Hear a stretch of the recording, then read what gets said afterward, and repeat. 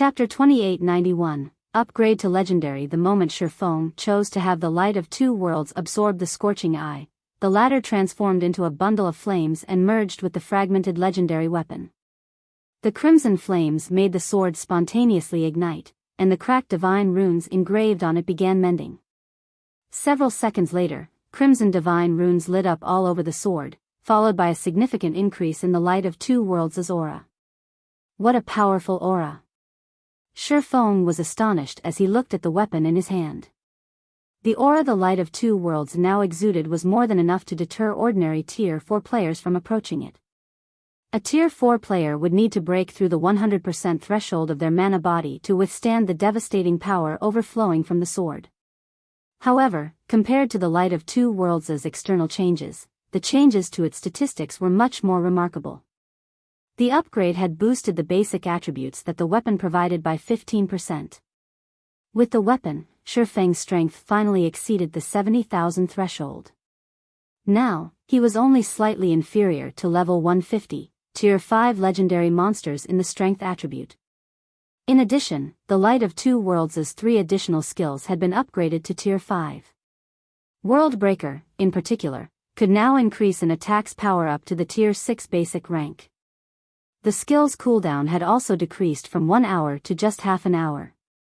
After Shifeng got over his joy of upgrading the light of two worlds, he shifted his attention to his Nightwalker's cape.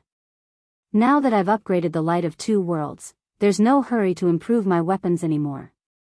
However, as a Tier 5, the life-saving skills I have are far too few. I wonder how much the Nightwalker's cape will improve if I upgrade it. Shifeng took out 3 more god crystals from his bag as he looked at the Nightwalker's cape, completing the 7 god crystals required to repair the fragmented legendary equipment. Initially, he had planned to upgrade the Abyssal Blade to Tier 5 once he had saved up enough god crystals, so he never bothered using the 7 leftover god crystals from the dragon trial. However, now that he had upgraded the light of two worlds, he wasn't in as much of a rush to upgrade the Abyssal Blade. This meant there was no need for him to reserve those remaining god crystals. Instead, he could use them to raise his survivability. After all, Tier 5 players might be powerful, but they weren't invincible. It might be fine if he died in a dungeon, but if he died in the outside world, he would suffer immense losses. After players reached Tier 5, they wouldn't just lose a level when they died. Their mana bodies would also suffer damage, and a full recovery would take at least 3 or 4 days. Either that or players could spend 7 luminaries crystals to speed up the recovery process. Because of this significant death penalty, all players would try to raise their survivability as much as possible after reaching Tier 5. System: sufficient god crystals detected. Do you wish to let the Nightwalker's cape absorb them? Absorb. Shifeng agreed to the prompt without hesitation. The 7 god crystals in Shifeng's hands gradually disintegrated into 7 streams of light that lingered around the Nightwalker's cape, then merged with the cape's tattered divine runes, repairing them. When the 7 god crystals were gone, the Nightwalker's cape's divine runes suddenly lit up.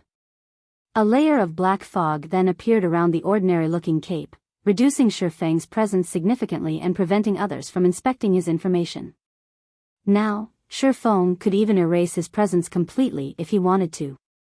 Apart from the cape's hidden effects, its statistics had also undergone earth-shattering changes.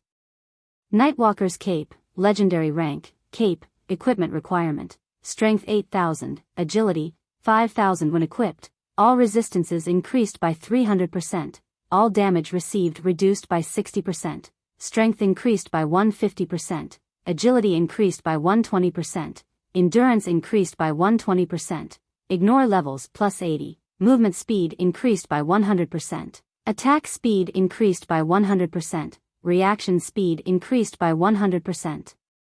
Additional passive skill 1 Nightwalker: when the cape is equipped, no information about the player can be examined. Physique improved by 60%. Additional passive skill 2 Divine Speed: players' starting movement speed increased to 100% of players' maximum movement speed. Additional passive skill 3 Void Walk: players can freely enter the void and traverse it. Void Walk significantly weakens the oppression exerted by the void. Additional active skill 1 Divine Steps summons 36 doppelgangers before a maximum of 36 targets for 5 seconds. Doppelgangers do not possess any attack capabilities and are invulnerable to attacks. Player can switch positions with any doppelganger freely. Maximum cast range of 2,000 yards. Cooldown, 5 minutes. Additional active skill 2 Void Shield forms a shield with an HP 10 times the player's maximum HP for 10 minutes. As long as the shield exists, the player's HP recovery speed increased by 500% and movement speed increased by 300%. Damage from Tier 5 sources or below is reduced by 90%, and damage from Tier 6 sources is reduced by 60%. Cooldown, 15 minutes. The blacksmith god Bayer crafted this cape for the Tyrant of Destruction. It possesses the power to traverse the void. No wonder they say legendary weapons and equipment grant players the power to transcend tiers. This Nightwalker's cape is simply preposterous. Shi Feng was thunderstruck when he read the Nightwalker's cape's information displayed before him.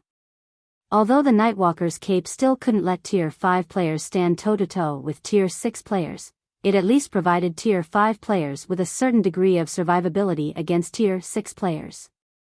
The skill Void Walk was especially excellent for escapes.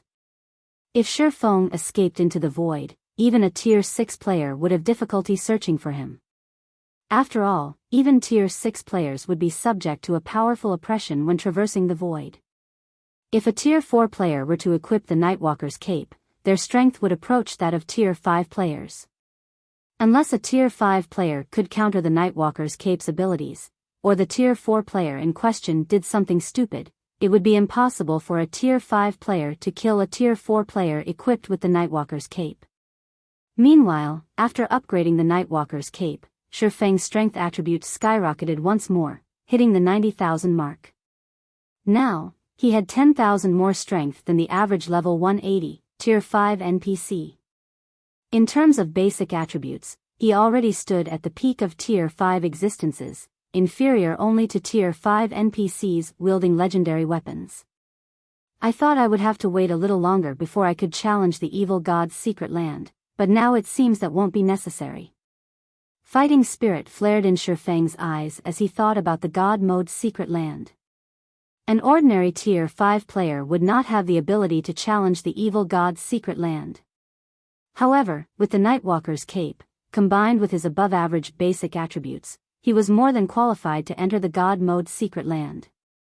Moreover, he had to raid the secret land, no matter what. After all, the wealth it contained surpassed the treasuries of several kingdoms combined. But I'll need to make preparations first before challenging it. Other people in God's domain might be ignorant of the situation inside God Mode's secret lands, but not Shi Feng.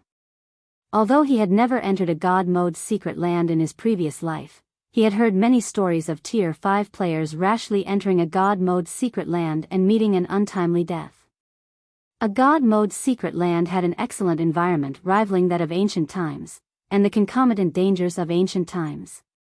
The poison fogs and extreme weather found inside God Mode's secret lands were more than enough to claim a Tier 5 player's life. Hence, before entering a God Mode's secret land, the various superpowers would always gather many master and grandmaster alchemists to craft magic resistance potions and potions that strengthened the user's physique. These potions were essential for Tier 4 players seeking to enter the secret land. Without these potions, they could die at any given moment.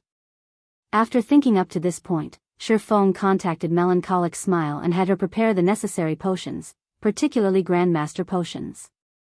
The more Grandmaster potions they had, the better. Acquiring Grandmaster potions wasn't difficult for Zero Wing now, as Silent Wonder had recently become a Grandmaster alchemist. Time passed quickly. 2 days after Zero Wing began preparing to raid the evil god's secret land, shock and fear suddenly swept the Eastern Continent's various forces.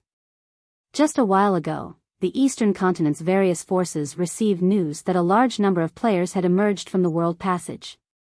Their numbers were unprecedented, with many Tier 4 players among them. According to the reports of scouts and insider information from Outer World players, more than 20 superpowers had entered God's domain from the outer world. The outer world's NPC conquest army had also finished gathering its forces, and this army consisted of NPCs from over 30 kingdoms and 6 empires. One could say that the outer world's NPC forces were adamant in conquering the eastern continent this time. Read latest chapters at Wuxia World. This conquest army had already gathered on the other end of the world passage and was steadily making its way to the eastern continent. The advent of the Second War of Worlds was here. In response, the eastern continent's native forces began frantically raising their defenses, recruiting experts, and increasing their levels. They also banded together, forming a coalition to defend against the outer world forces. At this time, though, an equally jaw-dropping incident took place in God's domain. Mythology's first vice-guild leader, Cold Shadow, left Mythology and joined Zero Wing with a large number of experts and resources, becoming one of Zero Wing's vice-guild leaders. Chapter 2892, All Sides Shaken. Dark Knight Empire, Dark Knight City. Starlink's residence had once been brightly lit and crowded with people. However, after Zero Wing's rise, the number of players visiting Starlink's residence had steadily decreased. Now, apart from guild members, almost nobody visited Starlink's residence. Starlink was now the least prosperous of the Dark Knight Empire's top 4 guilds, not even comparable with first-rate guilds. However, many people had gathered in the residence's top-floor meeting room, including representatives from the various superpowers and executives of many dark guilds. These people were here to discuss how to oppose the increasingly powerful Zero Wing in secret and the Outer World's invasion. Only, after everyone present read the report they just received, their complexions turned indescribably ashen. Has Cold Shadow lost her mind? She left Mythology for Zero Wing? Is she not afraid of Mythology's retaliation? Hasn't Cold Shadow always been at loggerheads with Zero Wing? What's up with this situation? It seems Mythology is also stunned by this development. According to the reports I received, Cold Shadow seems to have planned this betrayal with her subordinates long ago. Not only did they annex hundreds of shops simultaneously, but they also exchanged all their GCPs for resources.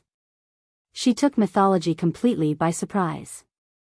Although the importance of Cold Shadow's betrayal was insignificant compared to the Outer World's invasion, the various superpowers present were still shocked and confused by this situation.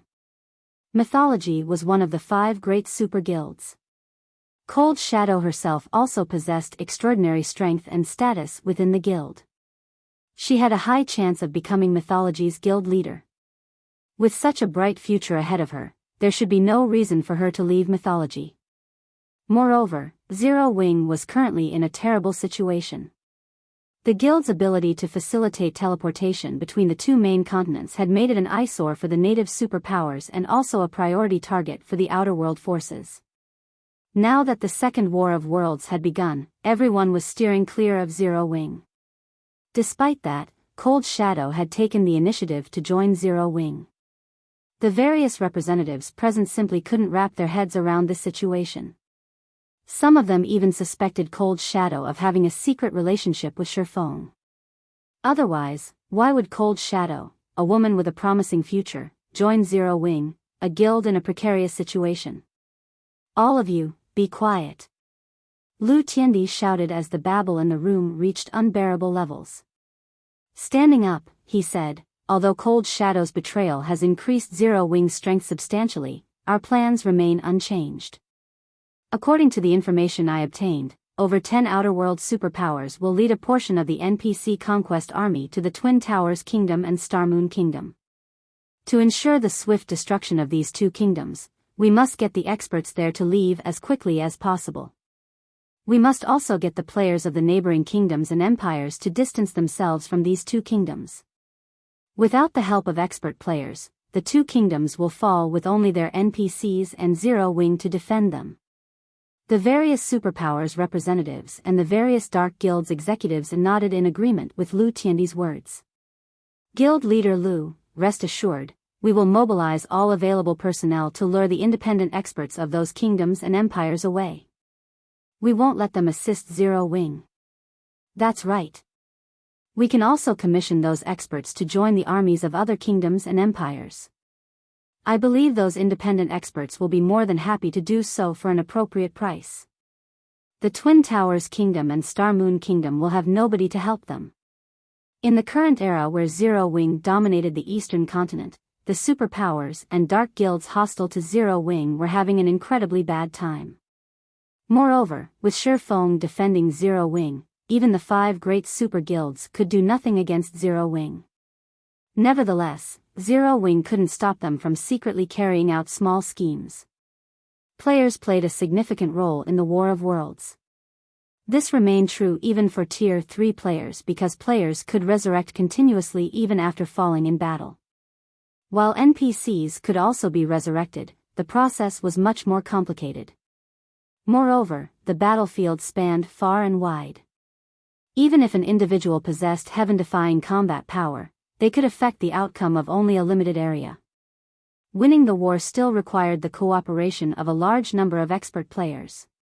In the First War of Worlds, the only reason the Eastern Continent's forces managed to stop the Outer World NPC army's advance was the large number of expert players who had participated in the war.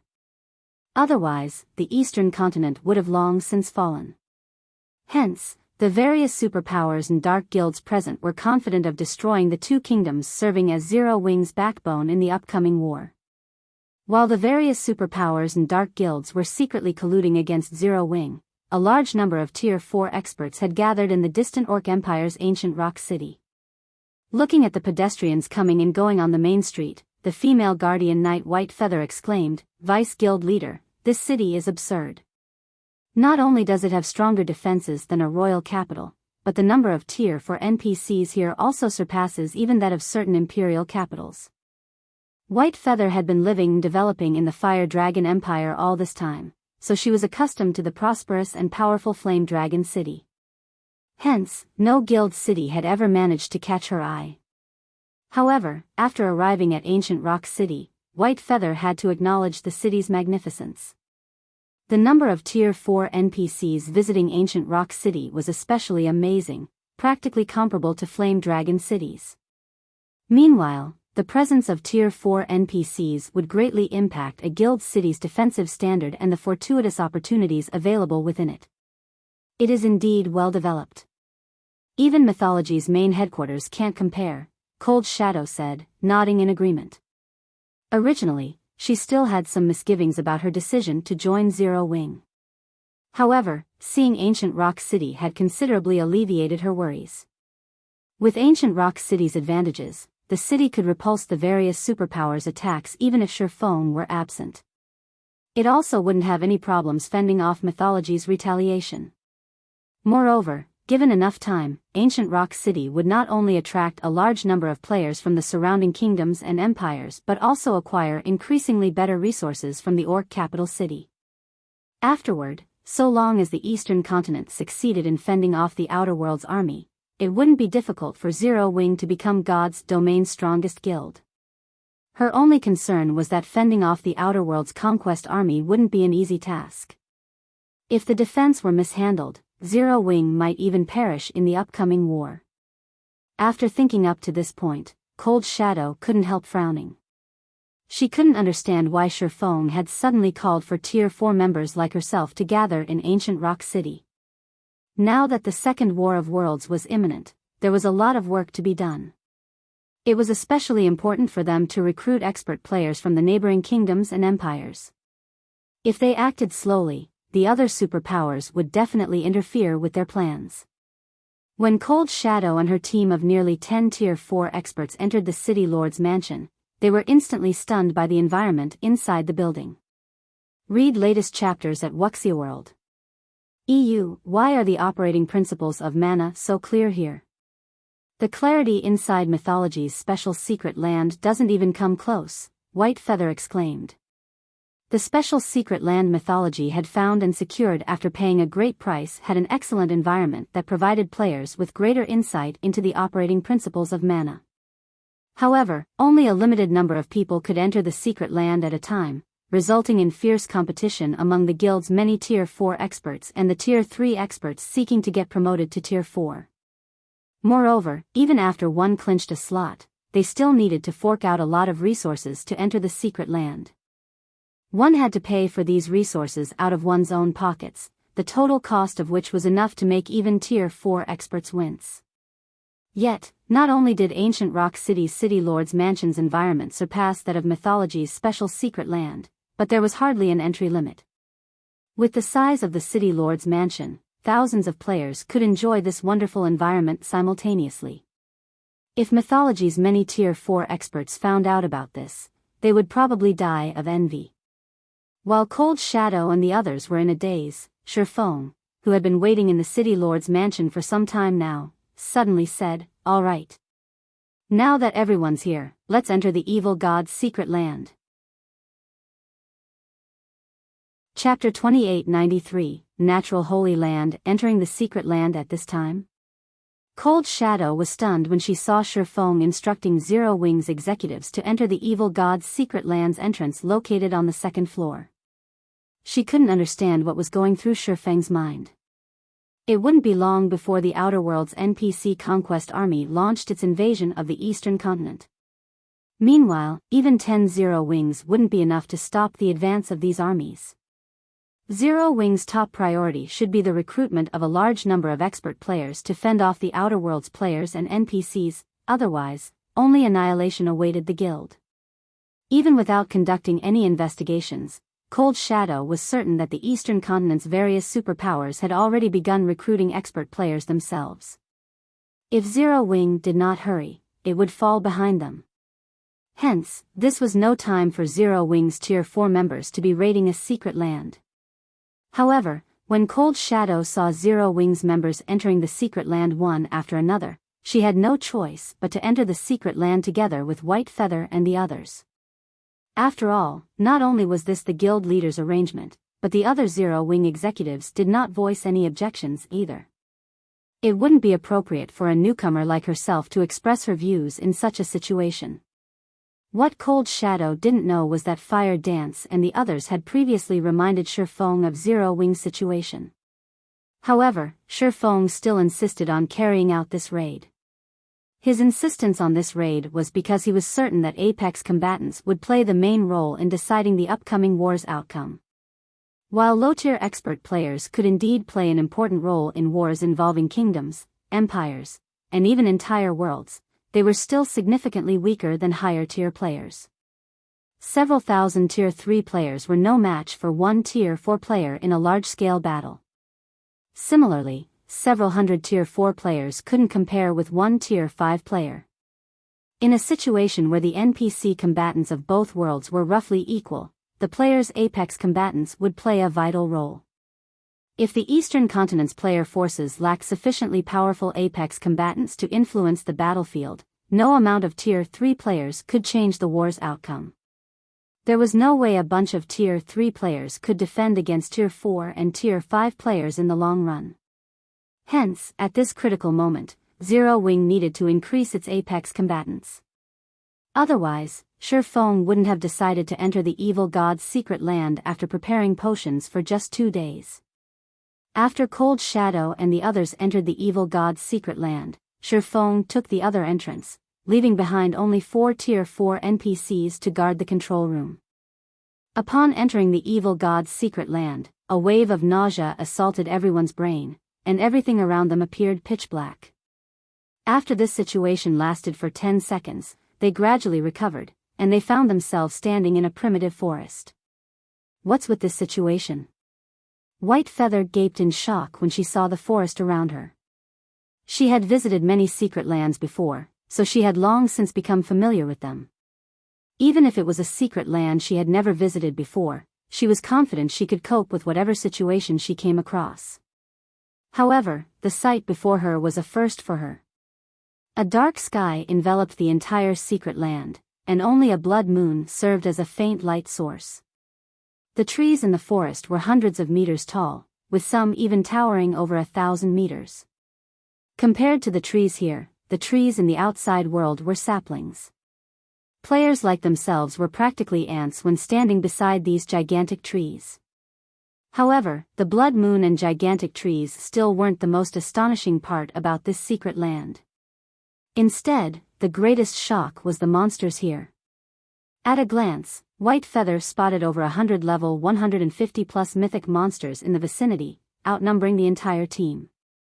These monsters stood in groups of 10 to 20, and a level 160+ superior mythic monster led each of these groups.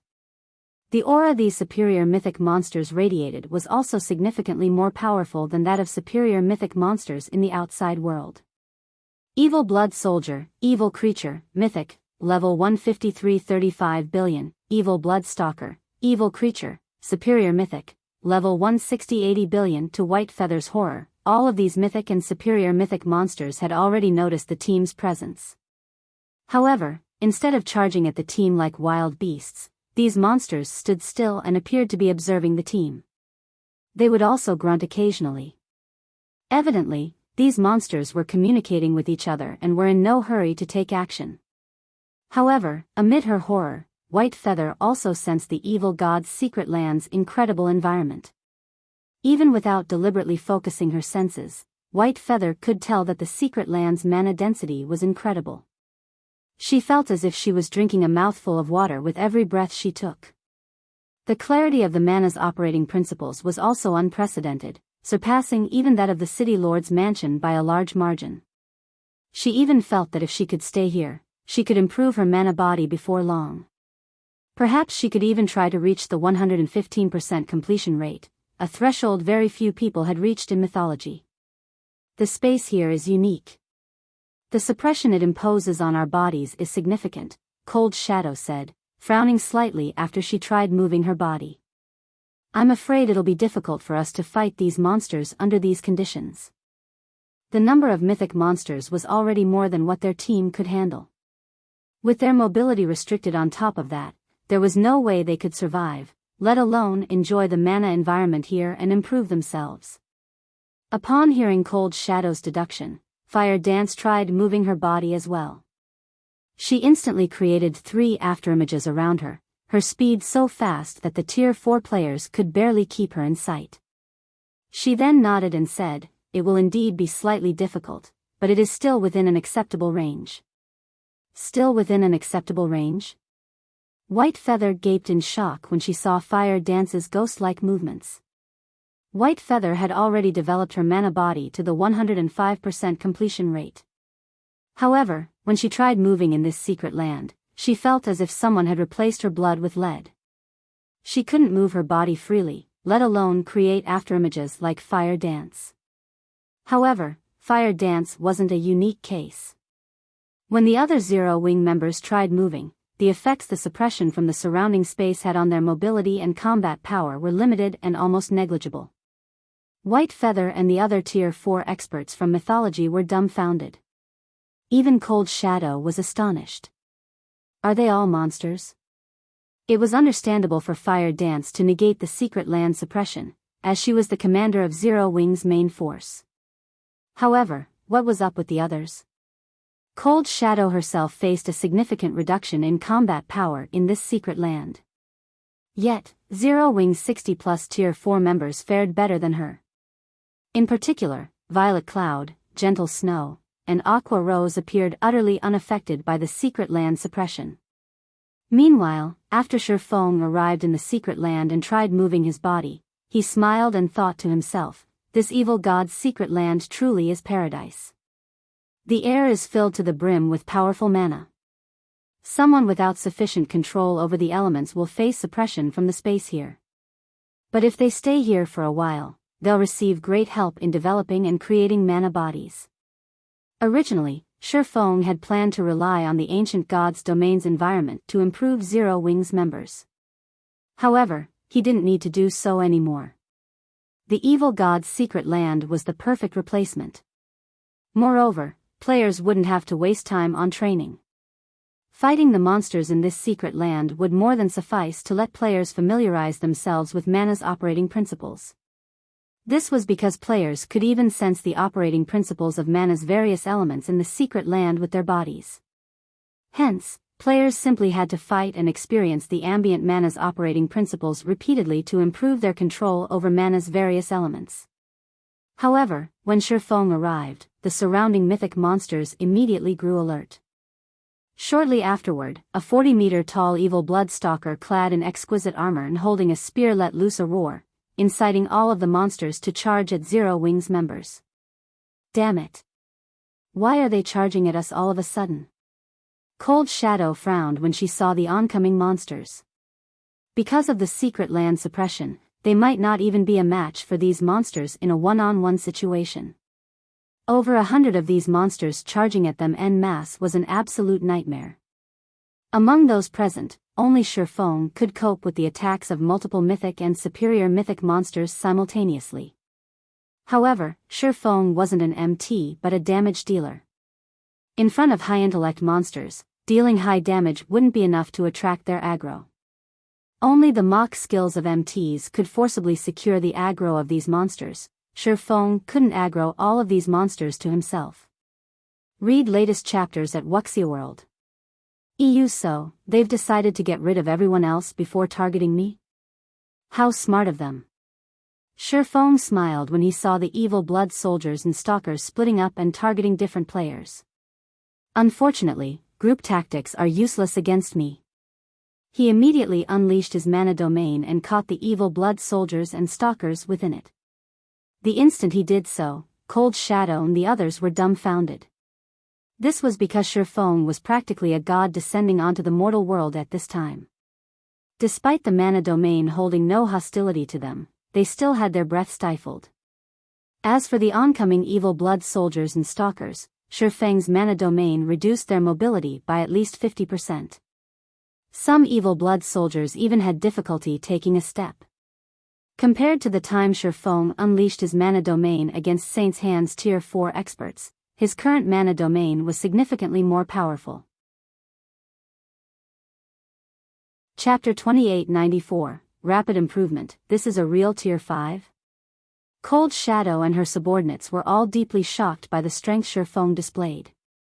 The evil beast soldier's basic attributes far surpassed those of the average Tier 4 player. Even Tier 4 players wielding fragmented legendary weapons and had mana bodies developed to the 110% completion rate would have difficulty going up against these mythic monsters. Yet, Shifeng had immobilized the 100+ evil blood soldiers after deploying his mana domain. If this mana domain were used against players, the results would be unimaginable. Cold Shadow and the others had already gotten a solid understanding of how powerful Tier 5 existences were from watching Shifeng's fight against Beast Emperor and Saint's Hand. But it was only after experiencing Shifeng's power in person that they understood the terror of Tier 5 existences.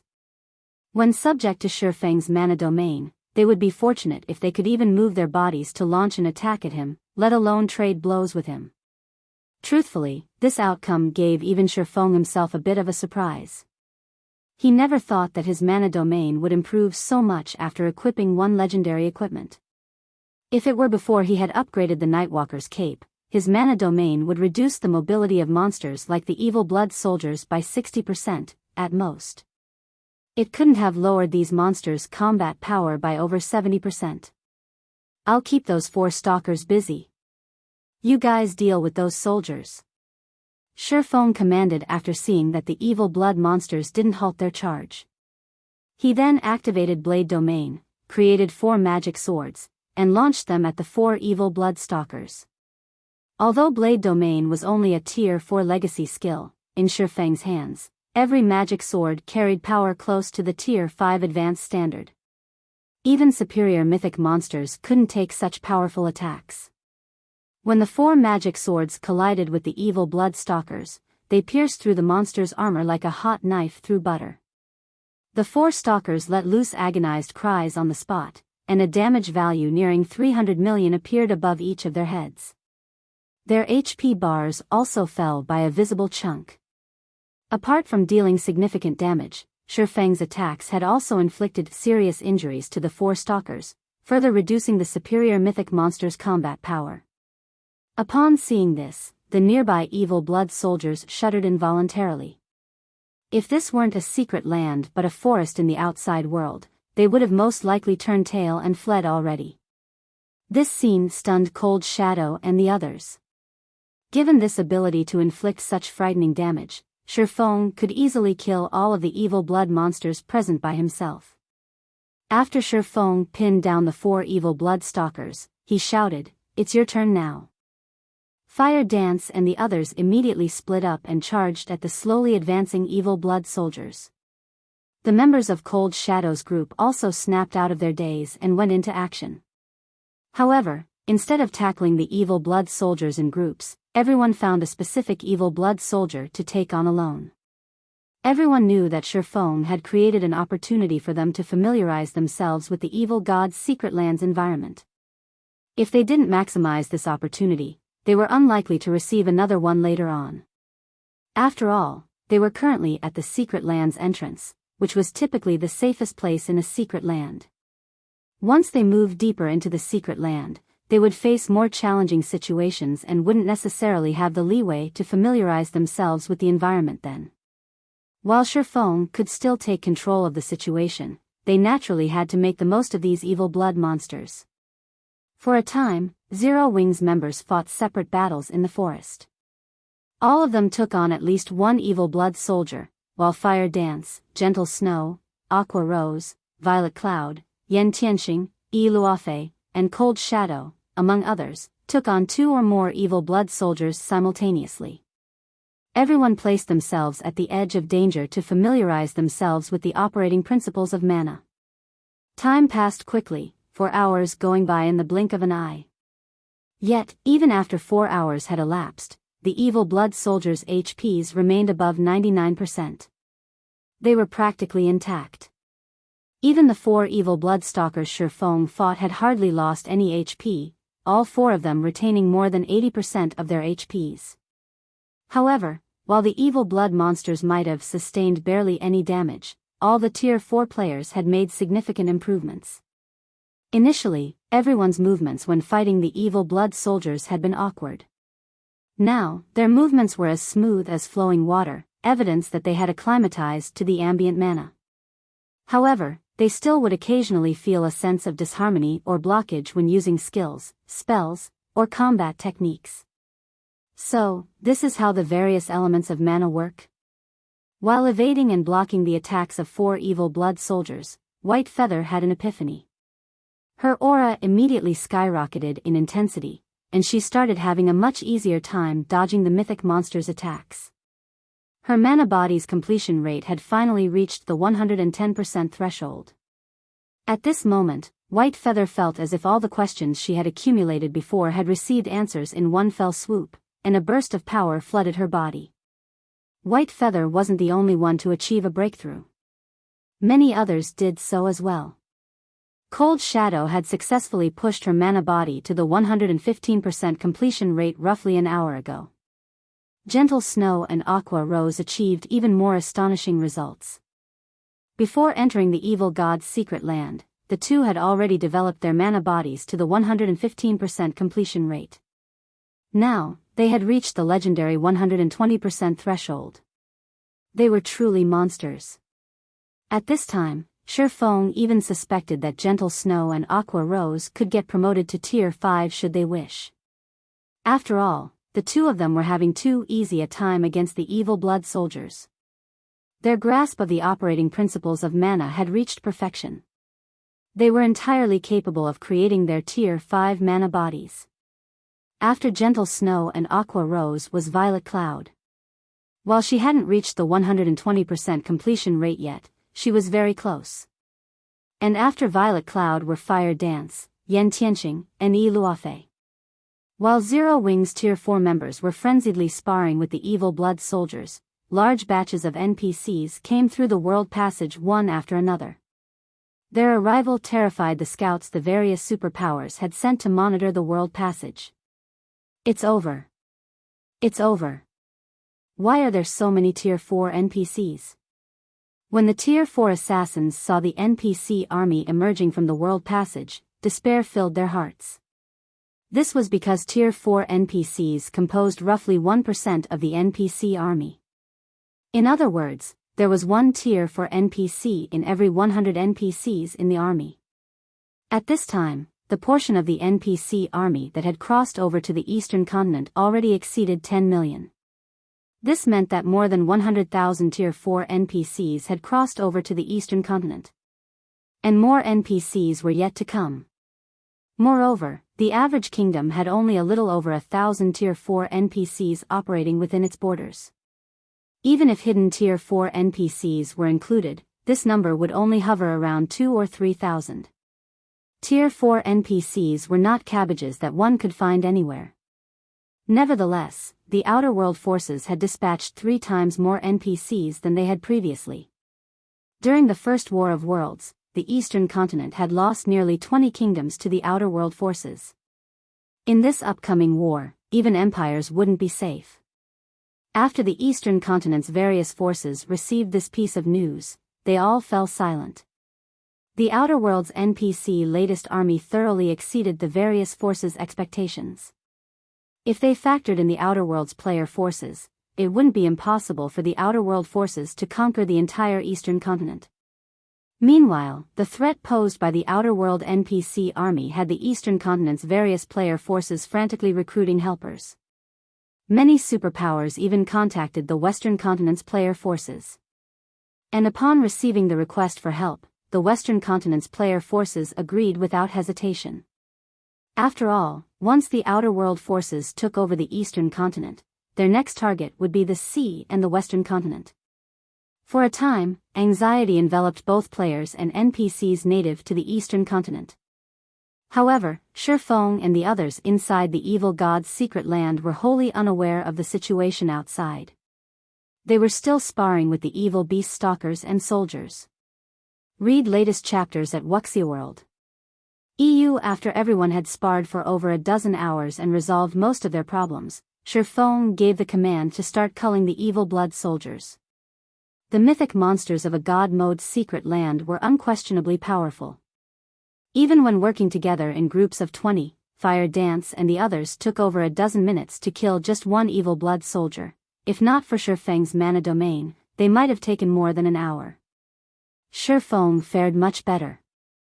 In the time Fire Dance and the others took to kill one evil blood soldier, he had already killed all 4 evil blood stalkers.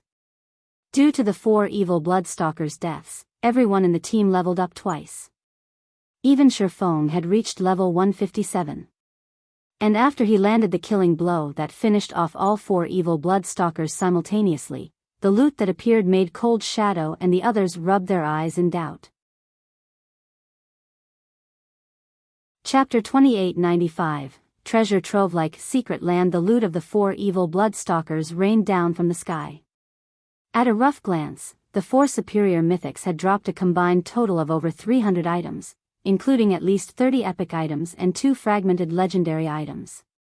The evil blood stalkers' loot was significantly better than that of the outside world superior mythics. Even Shifeng was slightly surprised by this situation. Although he had already expected the God Mode Secret Lands monsters to drop significantly better loot, he was still shocked when he actually saw the loot. Past level 150, epic weapons and equipment would have significantly reduced drop rates. One would be fortunate to get even 2 or 3 pieces of epic equipment from a level 150 plus superior mythic. Nevertheless, the 4 evil blood stalkers had dropped more than 30. Moreover, these were all level 150 plus epic items. However, Shifeng did not rush to collect the loot. Instead, he joined the others to clear out the evil blood soldiers. Only after fighting for close to an hour did the team finish off the 100 plus evil blood soldiers. Although the deaths of the evil blood soldiers did not raise anyone's level, everyone still saw their experience bar increase by a sizable chunk. Moreover, the total number of epic items the evil blood soldiers dropped was not the slightest bit lower than that of the evil blood stalkers. Guild leader, I found some epic weapons and equipment. They can all be used up to level 180. Moreover, one of them is even part of level 180 epic set equipment. Kola said excitedly as he ran up to Shifeng while waving a plate armor glove in his hand. Shifeng was slightly surprised when he saw the glove Kola held. The 8-piece level 180 Saint's Heart set? Level 180 epic sets were rare in God's domain, and 8-piece sets were even rarer, rivaling fragmented legendary items. Typically, even the guild leaders of large guilds would have difficulty getting themselves an 8-piece set. However, so long as one completed a set, the basic attributes they received from the set would be only slightly inferior to equipping 8 discrete pieces of fragmented legendary equipment. The set could be used up to level 200 without any problems.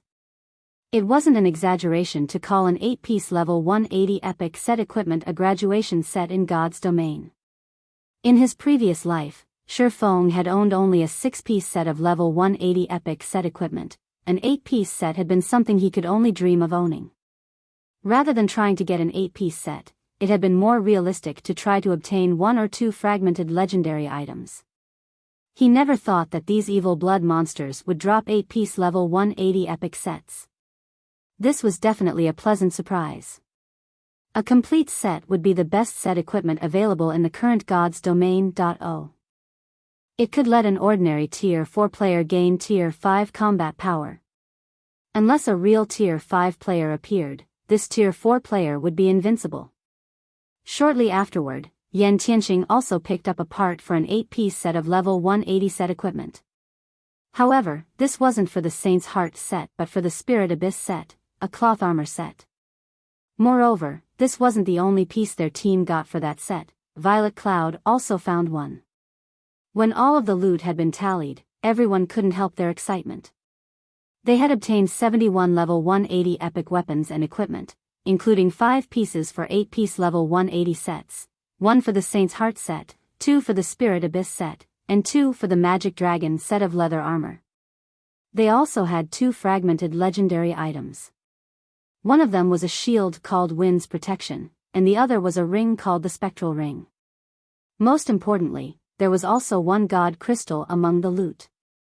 Upon seeing the evil blood monster's loot, Cold Shadow and the others were exhilarated. Although current superpowers had already acquired a substantial number of fragmented legendary items, with some powerful super guilds having up to 30, these were still far from enough to sate demand. With how many experts there were in a superpower, even core executives would be fortunate to obtain 1 fragmented legendary item. Moreover, the drop rate of fragmented legendary items did not increase along with the level of players. Players had only so many sources of fragmented legendary items. The God Crystal, on the other hand, was crucial for the upgrade of many fragmented legendary items, and practically all superpowers sought to obtain a God Crystal. Unfortunately, nobody knew of any reliable sources of God Crystals.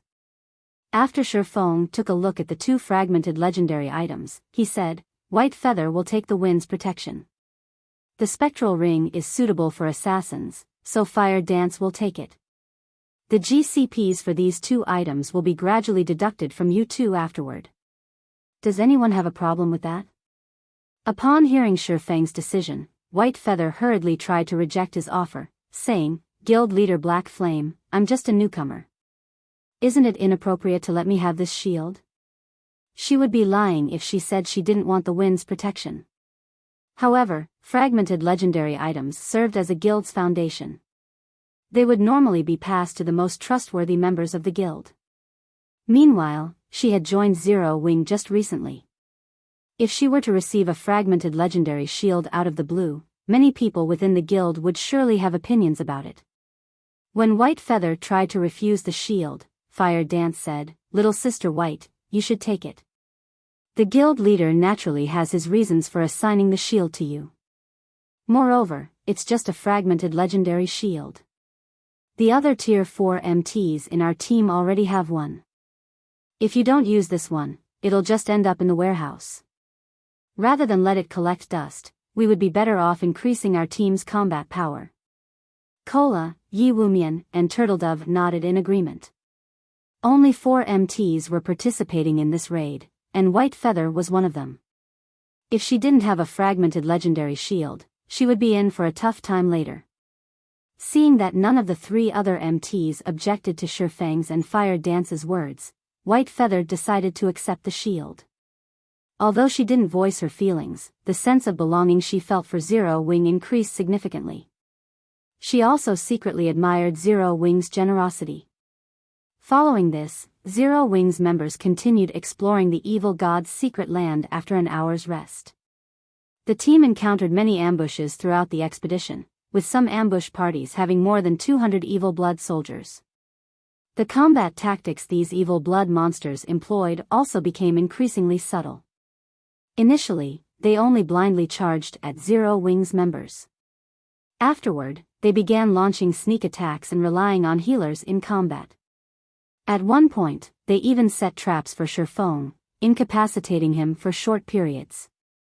Fortunately, thanks to Shifeng's presence, Zero Wings' team never suffered a catastrophic loss.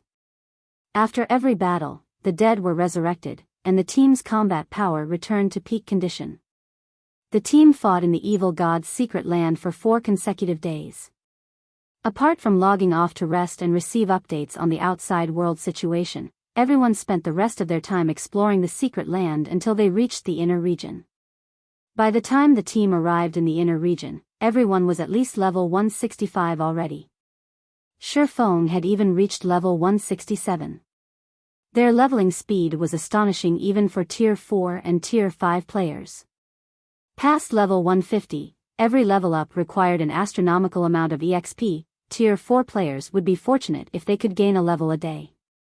Yet, Zero Wings members had gained over 10 levels in the past 4 days. However, compared to their levels, what excited everyone more were the weapons and equipment they got. At this point, everyone in the team had already replaced their old items with level 180 epic weapons and equipment. The team had also obtained a total of 45 fragmented legendary items. Read latest chapters at Wuxia World. Even Shifeng was astonished by this harvest.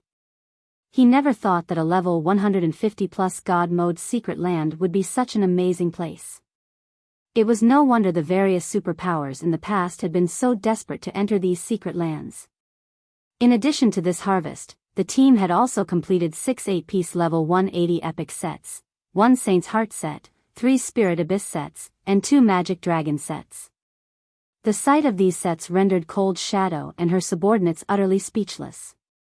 In the current God's domain, level 150 epic sets obtained by players numbered less than a handful, let alone level 180 epic sets. After some deliberation, Shifeng had decided to give the Saint's Heart set to Gentle Snow, the Spirit Abyss sets to Aqua Rose, Violet Cloud, and Luofei, and the Magic Dragon sets to Fire Dance and Yen Tianqing. Upon equipping these sets, the 6 players saw their combat power skyrocket. Now, their basic attributes were only second to Shifeng's.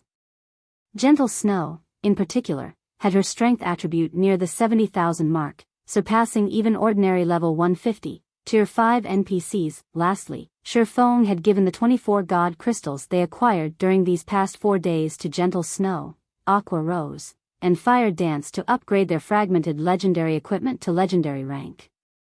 Even Cold Shadow's eyes had grown bloodshot at this sight, envy filling her heart. At this time, Fire Dance, who was scouting ahead of the team, suddenly reported through the team chat, "Guild leader, I found a primordial ruin." Chapter 2896, Primordial Ruin. A primordial ruin? Shifeng's interest was piqued when he heard the words, primordial ruin. Ruins were commonly found in secret lands, and they could be differentiated into ancient ruins and primordial ruins, depending on their era of creation. Of the two, primordial ruins were much rarer because they predated ancient ruins, and the ancient era's residents had already explored and dismantled many of them. Primordial ruins that managed to last until the modern era were as rare as legendary items. Meanwhile, the primordial era was a time when gods flourished and ancient gods still wandered the land. With luck, one might even come across an item left behind by an ancient god inside a primordial ruin. "Where are you?" Shifeng asked through the team chat. "A canyon stream in the south. There are many evil blood soldiers wandering here, probably more than 3,000. They seem to be guarding that primordial ruin," Fire Dance reported quietly as she observed the patrolling evil blood soldiers around her. "I also saw quite a few level 160 plus superior mythic ranked evil blood priests walk into the ruin just now. I suspect they'll conduct some kind of ritual inside. However, the place is heavily guarded, so it'll be difficult for us to sneak into the ruin. The only way we can enter is by breaking through from the front." "Over 3,000 evil blood soldiers?" Shifeng frowned. If their opponents consisted of only several hundred evil blood soldiers, their team could still secure victory under his leadership. However, 3,000 evil blood soldiers was a number even he couldn't stop. Not to mention, there were bound to be many superior mythics as well. Even if he could withstand their assault, the others on his team couldn't. After all, these evil blood monsters weren't idiots. If all 3,000 evil blood soldiers used their tier 4 skills simultaneously, even Shifeng wouldn't dare take them head-on. He would have to evade their attacks and kite them. After all, a tier 5 player would still take significant damage if a tier 4 mythic monster's attack struck him. Naturally, it would be even more impossible for tier 4 players to dodge and block so many tier 4 skills. It wouldn't matter even if a tier 4 player were at the world creation standard. This was because mythic monsters could keep up with the speed of tier 4 players, and thus could precisely aim and time their attacks. Let alone hundreds or thousands, just a few dozen evil blood soldiers working together would be more than enough to take down a tier 4 metric tons at the world creation standard. A team would need at least 3 or 4 tier 5 players to take on 3,000 mythic ranked evil blood soldiers adequately. Relying only on one tier 5 player and several dozen tier 4 players was simply impossible. Such a team would have to expend all its efforts just dodging and blocking the tier 4 skills and spells of the mythic monsters. In other words, while Zero Wing's team could defend itself against the army of evil blood monsters, it had no chance of defeating the army. Guild leader, how about we take them on in batches? Cold Shadow suggested. Those soldiers might be numerous, but they aren't grouped up closely. It'll take some time for all of them to gather at a single point. We can use this time to kill some of them and retreat once their combatants have gathered. With sufficient repetition, those soldiers are bound to fall. After listening to Cold Shadow's suggestion, Shifeng shook his head and said, that is one way to do it. However, that assumes that the other side doesn't have any healers. Those evil blood priests are all capable of healing. Moreover, as superior mythics, their healing range should be massive. If I'm not mistaken, the soldiers are patrolling within the healing range of the priests. Once we attack the soldiers, the priests will heal the injured soldiers immediately. Unless we can one-shot those soldiers, there is no way we can outdamage a superior mythic's healing. Cold Shadow fell silent at Shifeng's words. Choosing to kill the evil blood soldiers or the evil blood priests first didn't matter. Neither was a viable option. The evil blood priests' healing capabilities were simply too powerful. If the team didn't have the strength to kill several evil blood priests instantaneously and simultaneously, they couldn't deal with so many evil blood monsters. Are we going to give up, just like that? White Feather grew anxious. That's a primordial ruin we're talking about. Even mythology had never found a primordial ruin. It had only ever explored ancient ruins. Even so, the guild had still reaped significant harvests from those ruins, particularly regarding the improvement of the mana body. Those harvests were the reason mythology's old monsters managed to develop their mana bodies so quickly. Meanwhile, a primordial ruin was far more precious than an ancient ruin. It wouldn't be strange if it contained treasures that could help players reach tier 5 more easily. After all, primordial ruins dated from the era of the ancient gods. The legacies left behind in these ruins would be far superior to the legacies created during ancient and modern times. We're not completely out of options. After giving the matter some thought, Shifeng said, however, this will be very risky. We might even suffer a team wipe. All secret lands had entrance limits. Depending on a secret land's rank, the entrance limit imposed on players would also differ. In the case of God Mode's secret lands, players could enter only once every 10 days. If a player team suffered annihilation, they would be resurrected outside the secret land and would have to wait 10 days to re-challenge it. Meanwhile, the team's significant harvest in the evil god's secret land meant they didn't have to risk their lives for a primordial ruin. They could just continue hunting in safer parts of the secret land and raising their strength. Upon hearing Shifeng's statement, Cold Shadow asked curiously, Guild leader, how confident are you? Roughly 30%, Shifeng said. Of course, that's assuming nothing unexpected happens inside the ruin. 30. Cold Shadow did a double take at Shifeng. This was already a very high success rate considering their opponents consisted of 3,000 plus evil blood soldiers and priests. She then said, I think we can give it a try. While it would indeed be unfortunate if we failed, in our current state, achieving further qualitative improvements in the evil god's secret land would be difficult unless we venture deeper into the inner region. However, there should be plenty of Tier 5 legendary monsters roaming there, and we don't know if we can defeat such a monster. Rather than take our chances against a legendary monster, we might as well risk our lives for a primordial ruin. It'll be a huge jackpot for us if we succeed. Tier 5 legendary monsters weren't easy opponents to defeat even if they had a Tier 5 player on their team, just like how Tier 4 players had great difficulty soloing a Tier 4 mythic monster. Moreover, a fight with a legendary monster inside the evil god's secret land would easily attract more legendary monsters. If 2 legendary monsters appeared, a team wipe was all but guaranteed. Only Shifeng might escape alive. When Blackie, Cola, and the others heard Cold Shadow's reasoning, they, too, nodded in agreement. Their team's equipment standard had improved by leaps and bounds already, and further significant improvements would be difficult within a short time.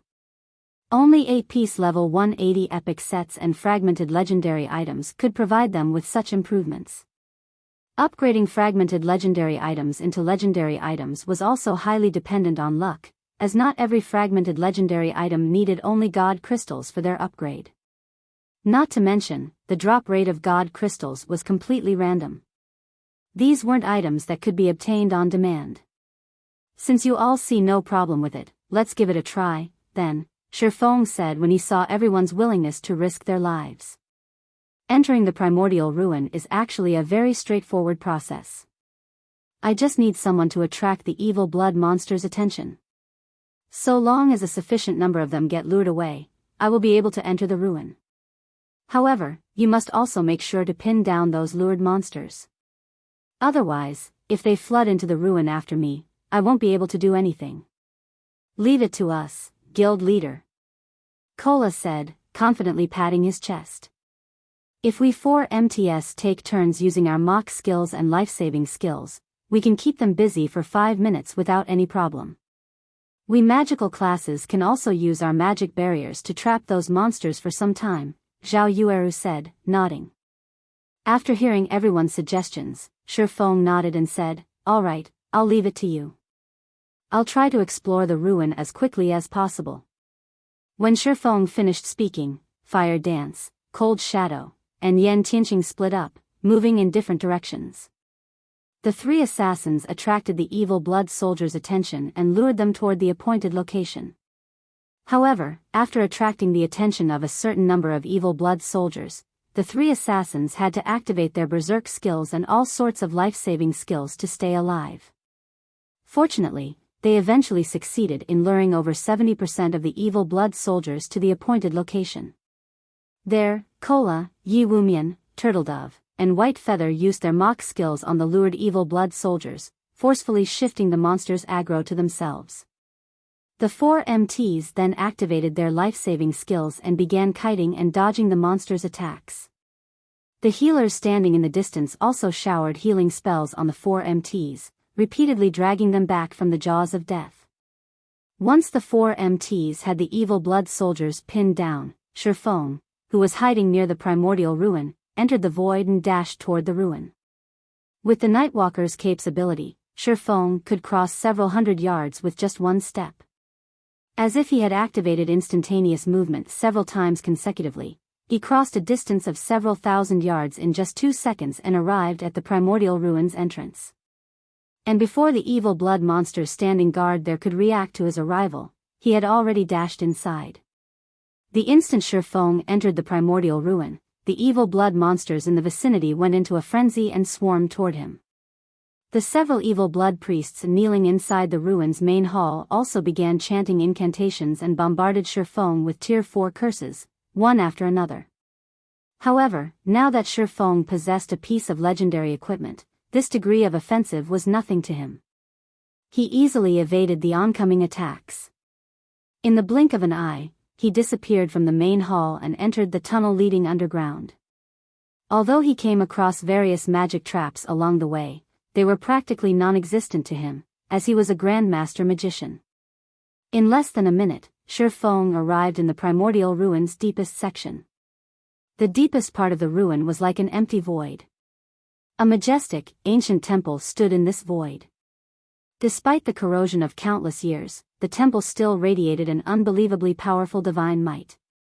If Shi Feng had come here before reaching Tier 5, he wouldn't have been able to withstand this divine might. What a powerful temple. If I hadn't upgraded the Nightwalker's cape to legendary rank, its divine might would have had a significant effect on me. Shi Feng was astonished as he looked at the temple before him. The Nightwalker's cape didn't just hide his aura. It also functioned to resist the auras of others. It acted as an isolation barrier that prevented the user's aura from interacting with other auras. However, despite the Nightwalker's cape's isolation effect, the temple's divine might still reduced Shi Feng's mobility by 30%. Even a true Tier 6 god's divine might couldn't compete with this ancient temple's divine might. Apart from ancient gods, there should be no other existence capable of creating such a powerful construct. When Shi Feng arrived in front of the temple, the several hundred evil blood monsters that had been frenziedly chasing him suddenly stopped. They simply stood at a distance and worshipped the temple, none of them showing any intention of approaching it. Shi Feng sighed in relief at this sight. Now, all he needed to do was figure out how to enter the ancient temple.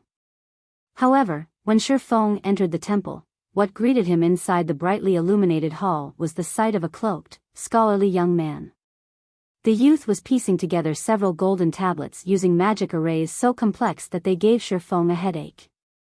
The instant Shi Feng laid eyes on this youth, his soul shuddered. "It's you?"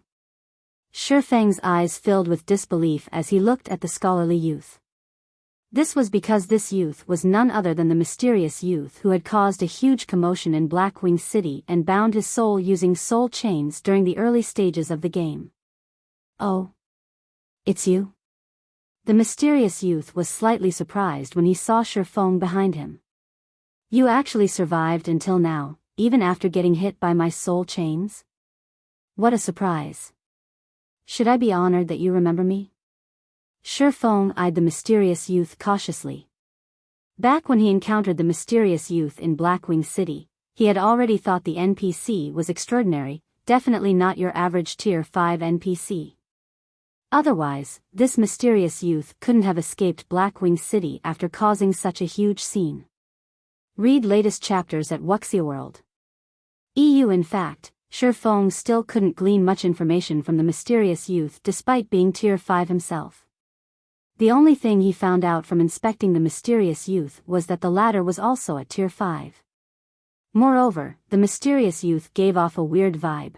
Shi Feng felt an inexplicable fear when standing in the youth's presence. "Not bad. Not only are you blessed by this world, but you also managed to get promoted to Tier 5 so quickly. You just barely qualify to become my puppet," the mysterious youth said, a delighted smile appearing on his face as he looked at Shi Feng, like a child who had just found a new toy. "Since you took the initiative to come find me, let me liberate you from your suffering." After saying so, the mysterious youth raised his arm and pointed a finger at Shi Feng. A black ball of mana shot toward Shi Feng. In mid-flight, the ball of mana shattered and enveloped the surrounding space in darkness. Tier 5 Curse, Dark Wonderland. Chapter 2897, Terrifying Scholar. Shi Feng tensed when he saw the mysterious youth's Tier 5 curse activate. He immediately unsheathed the Light of Two Worlds and counterattacked. World Breaker. Suddenly, a blinding beam struck at the endless darkness. The two powers entangled for a moment, neither side gaining an advantage over the other until a second later. Boom! Accompanied by an explosion, an intense shockwave sent Shi Feng stumbling 2 steps back. His HP also instantly fell by over 9 million. Besides reducing Shi Feng's HP by more than 20%, the shockwave also left his entire body trembling. The hand he used to wield the Light of Two Worlds was numb. In contrast, the mysterious youth came out unscathed from the clash. He still stood quietly in his original position. He also maintained the incomparably complex fourfold magic array he was using to manipulate the several golden tablets with his other hand throughout the attack. As expected of an existence daring enough to cause a scene in Blackwing City, he not only cast a Tier 5 curse without chanting but even maintained such a complex magic array while doing so. Shifeng frowned when he looked at his trembling right arm. This was undoubtedly the most dangerous situation he had ever come across since entering God's domain. Shifeng had long since known that the mysterious youth was incredibly powerful and that the youth could cast Tier 5 curses without chanting.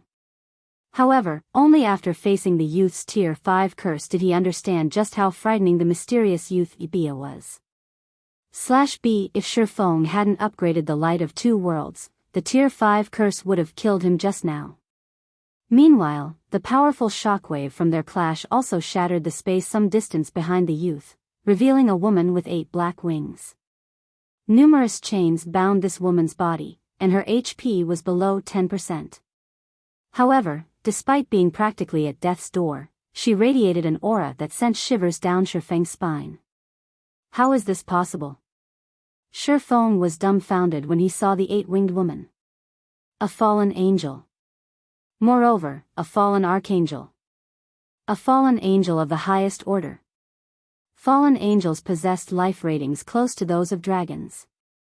Meanwhile, fallen archangels' life rating surpassed even that of ordinary dragons. They almost rivaled divine dragons. Yet, the mysterious youth had incapacitated a level 180, Tier 5 fallen archangel with one hand. The fallen archangel was even losing HP and gradually approaching death's door. While Shifeng was in a daze, the mysterious youth also looked with surprise at the Light of Two Worlds Shifeng wielded. It seems you are incredibly lucky. You actually got your hands on a weapon lost during the ancient era. Looking at the Light of Two Worlds, the youth evaluated calmly, it's a pity that this Light of Two Worlds is damaged. Otherwise, you might have been able to injure me with its power. Although the mysterious youth's words sounded arrogant, Shifeng did not think so at all. On the contrary, his mood grew even heavier after hearing the mysterious youth's statement. The mysterious youth could strangle even a Tier 5 fallen archangel to death. Even if the Light of Two Worlds were at its peak, Shifeng doubted he could injure the mysterious youth. After all, a weapon's performance depended heavily on its user. Shifeng had only recently reached Tier 5. He didn't even know how to go about getting promoted to Tier 6. Even if he wielded the undamaged Light of Two Worlds, he could, at most, exchange one move against a Tier 6 God-ranked player who didn't possess any legendary weapons and equipment. Moreover, just like the mysterious youth had said, Shifeng was indeed very lucky.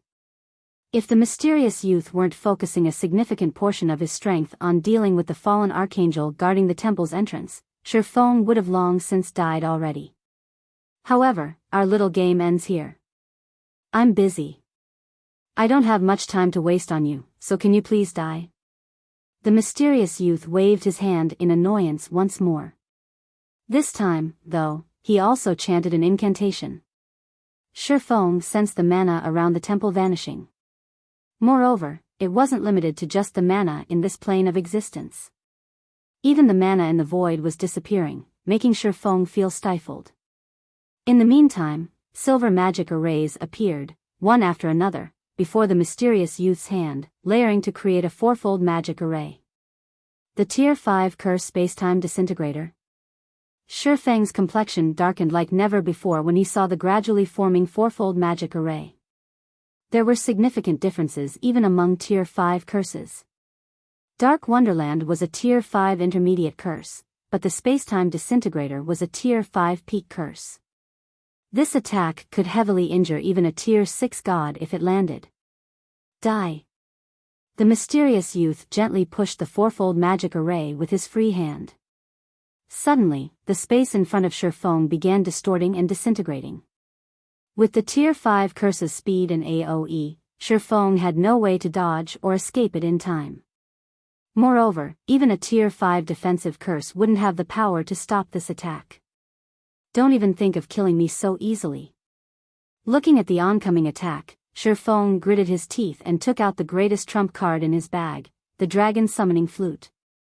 He then injected the 3,000 advanced magic cores he had prepared into the flute. Immediately, space around Shifeng began distorting as well. 5 gigantic figures flew out of the warp and instantly occupied a significant portion of the space around the ancient temple. Boom! Accompanied by the sound of an explosion, the sight of 5 level 180, tier 5 dragons entered Shifeng's eyes. The brief invulnerability Shifeng received from using the dragon's summoning flute had helped him resist the space-time disintegration, allowing him to survive the ordeal. However, Shifeng's situation did not change for the better even after the 5 dragons appeared. When the mysterious youth looked at the 5 tier 5 dragons, his expression remained completely unfazed, as if only 5 harmless lizards had appeared in front of him. He placed no importance whatsoever on their existence. The scholar? This summoner has found a troublesome opponent for us. Beat Everett/B. If I knew this would happen, would never have agreed to the dragon summoning flute's contract. This is a massive loss. The 5 dragons with bodies measuring several hundred meters in length revealed traces of frustration and helplessness in their eyes when they saw the mysterious youth. Their voices also carried hints of dissatisfaction directed at Shifeng. Meanwhile, after briefly scanning the 5 dragons, the mysterious youth asked calmly, "Are you 5 going to become my enemies? Scholar, how about we talk this out? If you help us fulfill our contract by letting this heaven-blessed individual go, then we won't have to clash," the leading bronze dragon said. The bronze dragon's suggestion completely ignored Shifeng's will. However, Shifeng didn't have any opinions on it either. He simply observed the mysterious youth and awaited the latter's decision. Is he one of the 3 existences Phoenix Rain warned me to avoid? As Shifeng scrutinized the mysterious youth, he faintly understood why Phoenix Rain had given him such a warning. The mysterious youth's strength was simply unbelievable. Shifeng couldn't even inspect his level. Moreover, even tier 6 gods would have a headache when facing 5 tier 5 dragons. Nevertheless, the mysterious youth showed no reaction whatsoever. When the bronze dragon made its suggestion, the mysterious youth remained unchanged. In a calm tone, he asked, "Do you think that's possible? You are merely a bunch of ghosts from the past, yet you dare speak conditions with me?" After saying so, the mysterious youth took action. A golden staff appeared in his hands, and Shifeng's pupils shrank at the sight of this weapon. This was because Shifeng was incredibly familiar with the golden staff. The World Staff. One of God's domain's 10 great legendary weapons. It seems a battle is inevitable, the bronze dragon sighed helplessly. It then looked at Shifeng and said, "Once the fight begins, find an opportunity to escape. The 5 of us can't stop him for long. Outside this secret land, he cannot act without restraint. So long as you get out, he'll have a much more difficult time dealing with you."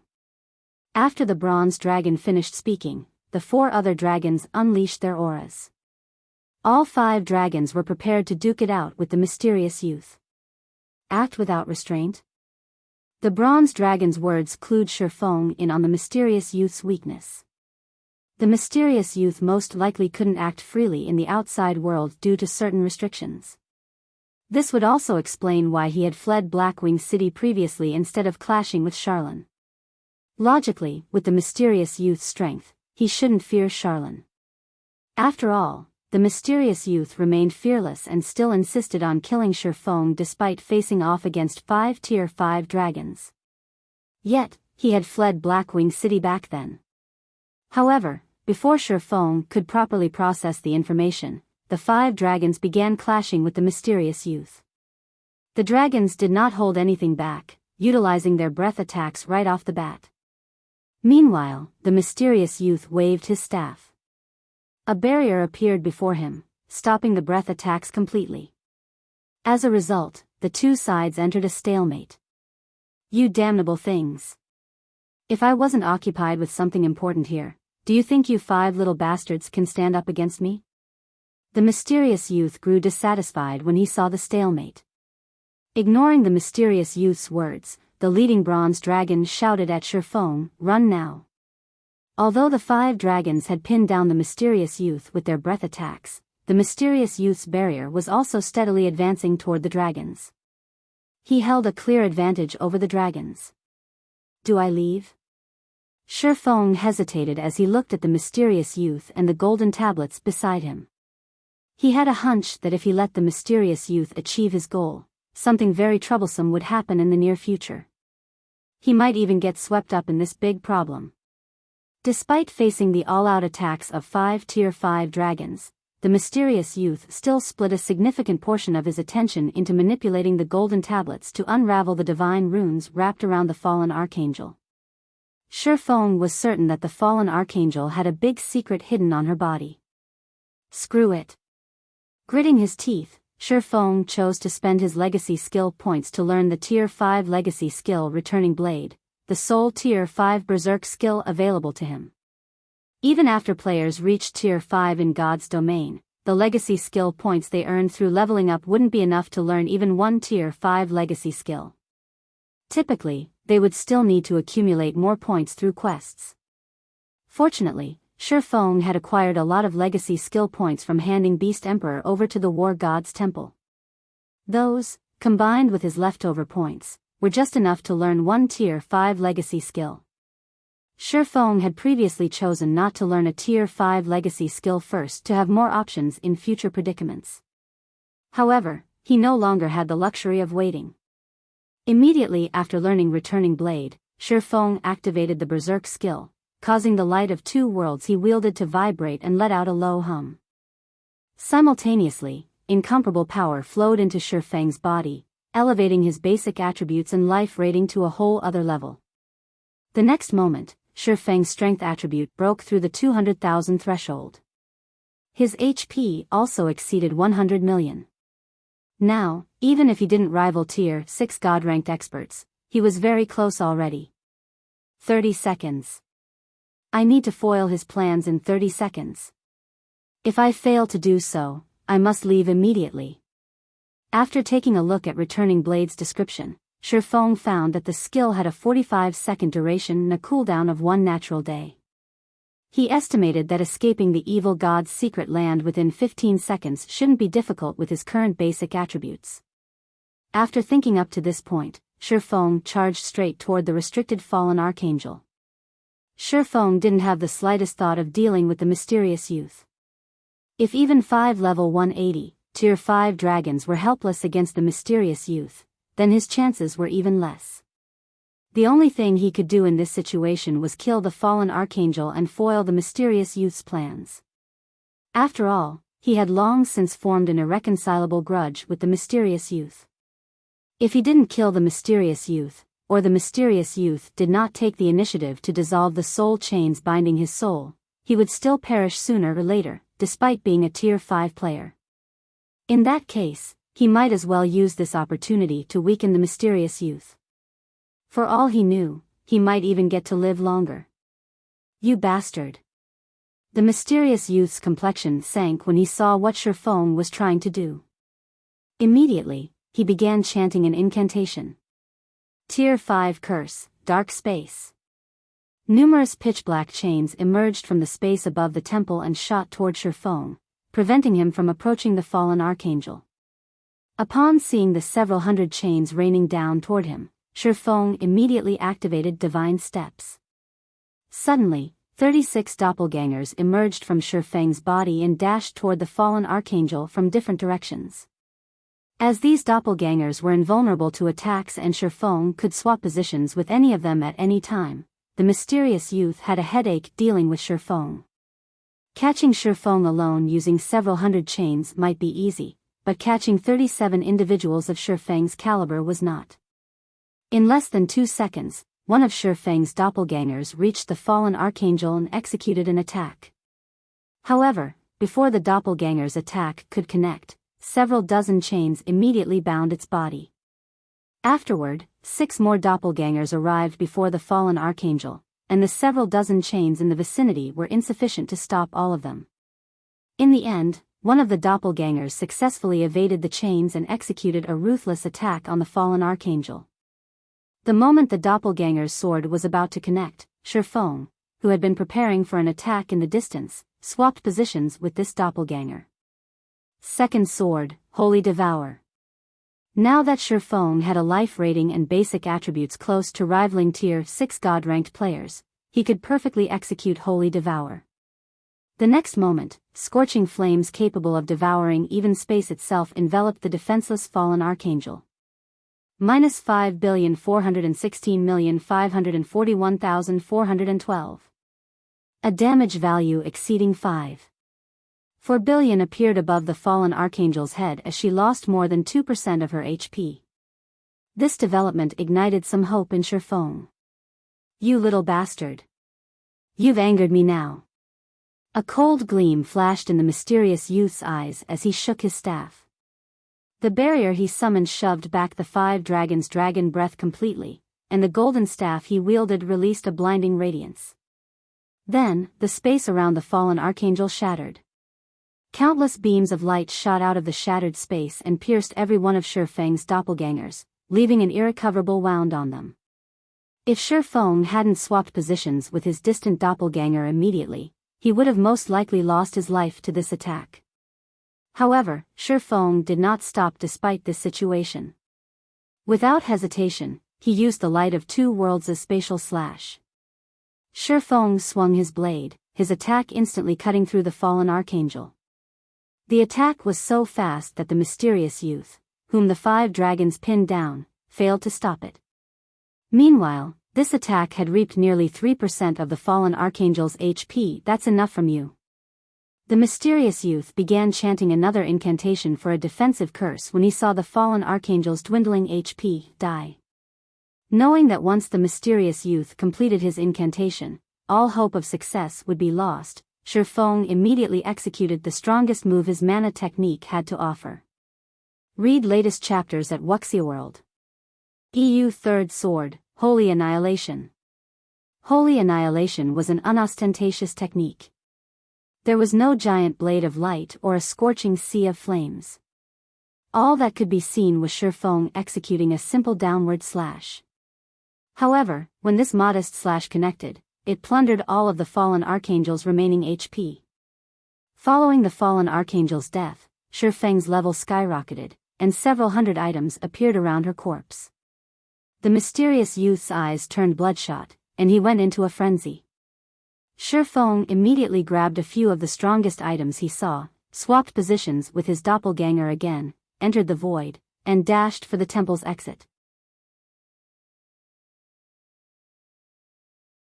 Chapter 2898, Mana advances. The instant Shifeng made for the temple's exit, the mysterious youth took action. Now that the mysterious youth no longer had most of his strength and attention tied up with the fallen archangel, he had recovered to his peak condition. With a wave of his staff, he summoned 3 fourfold magic arrays around him. Tier 5 Curse, World Severance. Tier 5 Curse, Spacetime Seal. Tier 5 Curse, Holy Spirit Collapse. Triple Silent Casting. Shifeng was thunderstruck when he saw the 3 magic arrays. In God's domain, the difficulty of silent casting a spell increased along with the tier of the spell. Even Tier 5 divine mages would have difficulty silent casting one Tier 5 spell, while double silent casting Tier 5 spells was something only the best among Tier 5 magical classes could accomplish. Moreover, this applied only to Tier 5 spells, not Tier 5 curses.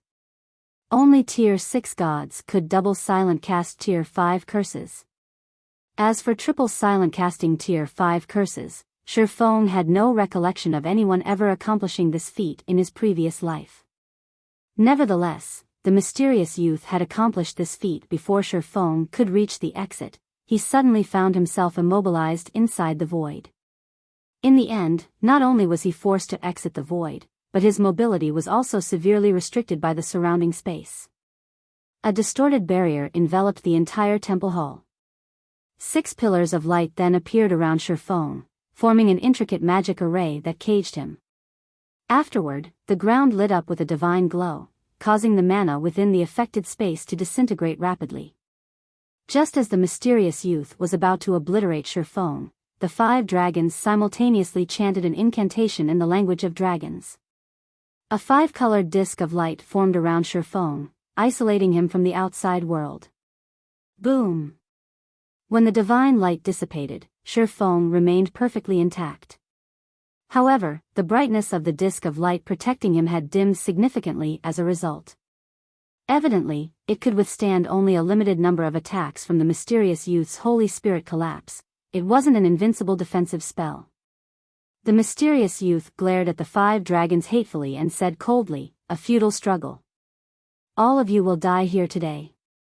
After saying so, the mysterious youth waved his staff, and the space within the temple darkened.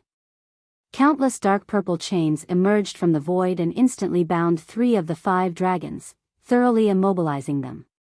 Only the leading bronze dragon and a fire dragon had managed to evade the chain's initial assault by relying on their skills. Shifeng had also managed to evade the chains, thanks to his 36 doppelgangers. However, now that chains surrounded the entire hall, he was in a tight spot.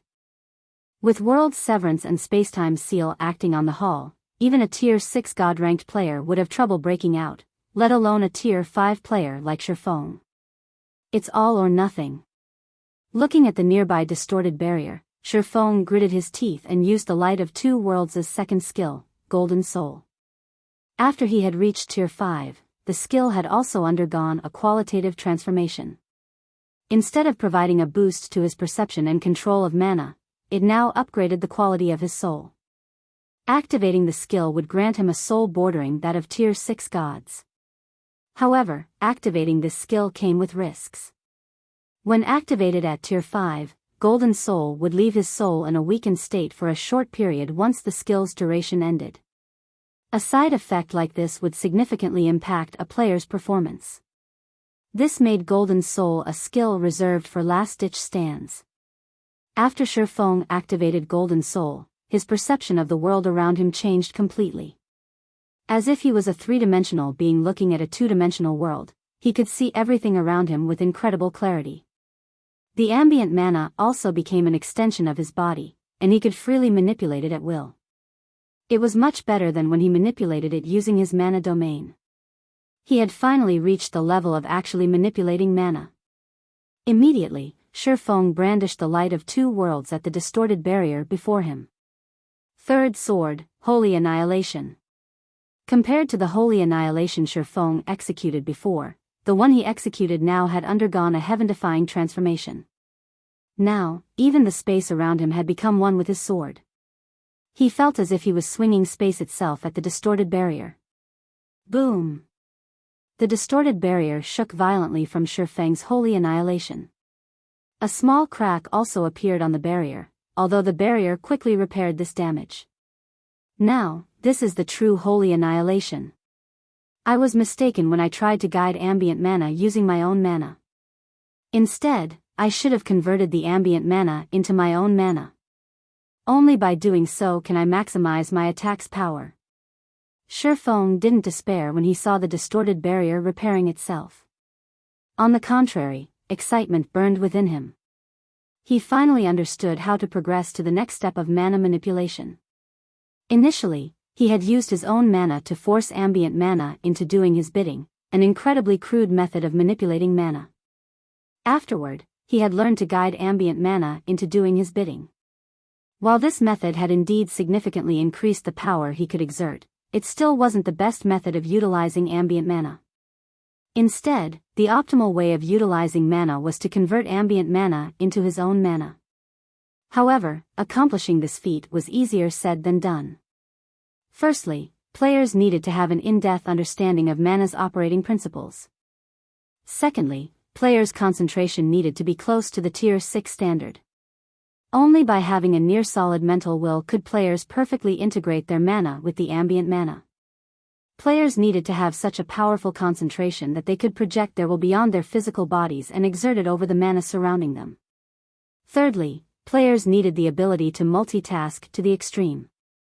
The more mana players tried to influence, the more multitasking they had to do. If players wished to improve their ability to integrate and manipulate ambient mana, they had to keep refining their understanding of mana to reduce the mental burden from controlling mana. Meanwhile, after finding a clear path of advancement, Shifeng began frenziedly executing Holy Annihilation against the distorted barrier.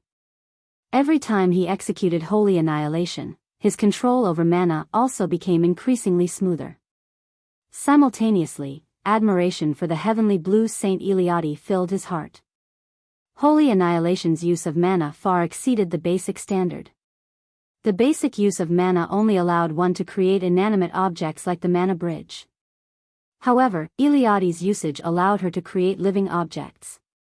Her technique, Holy Annihilation, basically modified ambient mana into a true extension of the body. If Shifeng hadn't reached the Grandmaster Magician standard, he would have never understood this concept.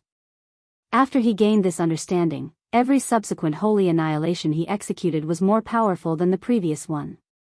By the time he had executed 24 attacks, the colorful disk of light was close to dissipating. Fortunately, he had finally achieved a breakthrough. The next time Shifeng executed Holy Annihilation, a white light enveloped the world around him. Mana, space, and even the void disappeared. The next moment, a 30-meter-long gash appeared in the previously invincible barrier. The barrier failed to repair the damage and collapsed. So, this is what it feels like to employ the advanced method of using mana? Shifeng was startled when he saw the barrier generated by World Severance crumble. The attack he just executed had undoubtedly reached the Tier 6 standard, far stronger than even an attack using the Light of Two Worlds' World Breaker. However, after executing this attack, Shifeng felt his mind stagnate slightly. In his current state, he definitely couldn't execute the complete Holy Annihilation. Unless he upgraded his concentration to the Tier 6 standard, he could only keep this move as a trump card. As the distorted barrier shattered, the mysterious youth finally restricted all 5 dragons.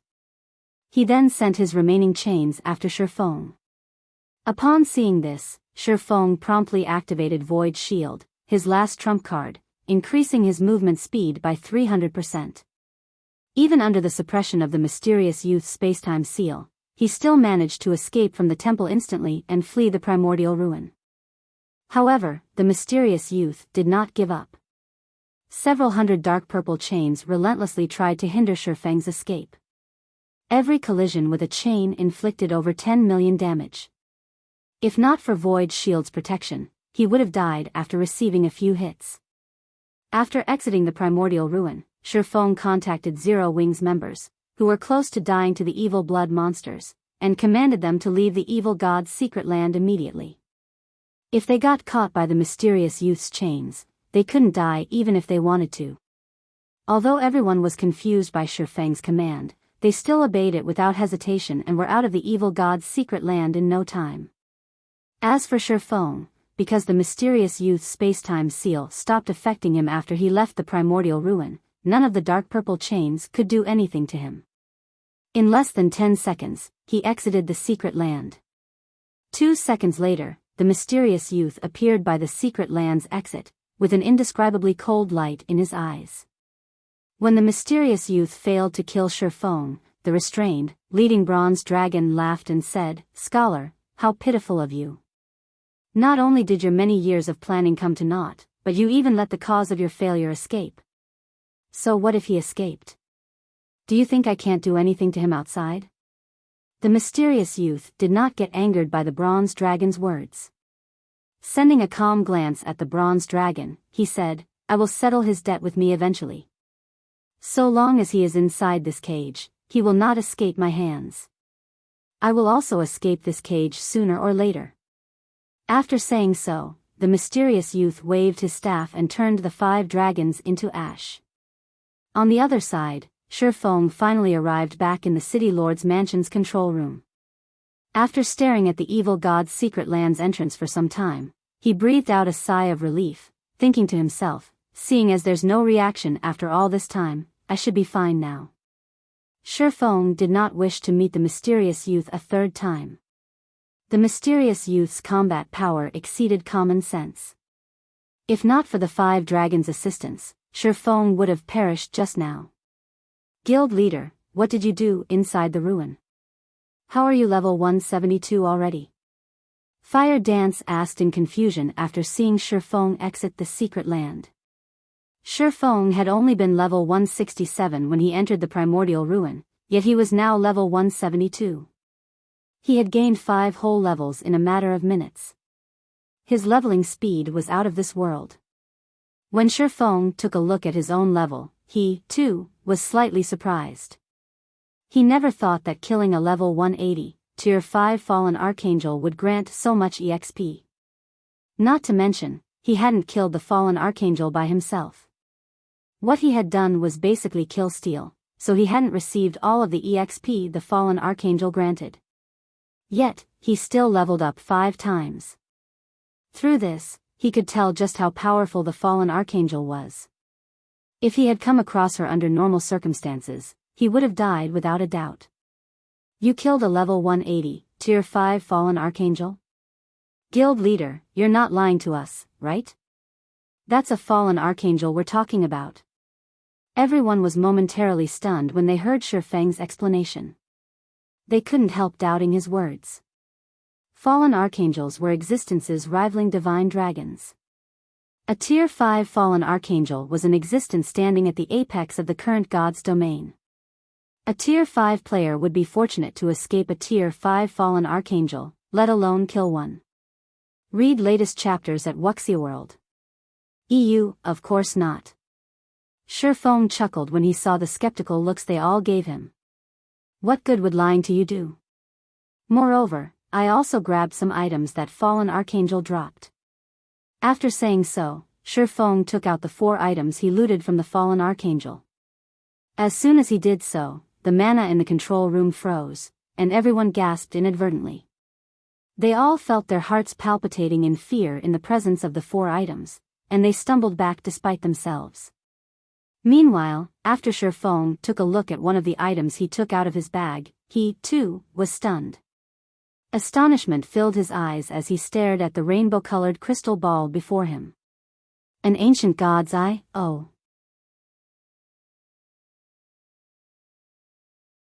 Chapter 2899, Ancient God's Legacy. When Shifeng brought out the ancient god's eye, he wasn't the only one surprised by the item's identity. Cold Shadow, who stood nearby, also widened her eyes in shock. She couldn't help looking at Shifeng, who had acquired this item, as if he was some kind of alien. An ancient god. Ancient gods were the oldest gods in God's domain. They were existences that had come into being along with God's domain. The many gods of later generations only managed to gain their strength because of the legacies from these ancient gods. However, after God's domain transition from the primordial era to the ancient era, ancient gods had suddenly disappeared from the world. In the modern era, barely any records mentioned ancient gods.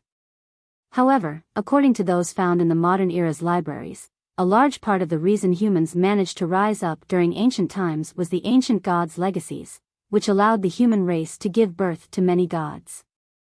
Although the rainbow crystal ball Shifeng held was named an ancient god's eye, it wasn't actually an eyeball.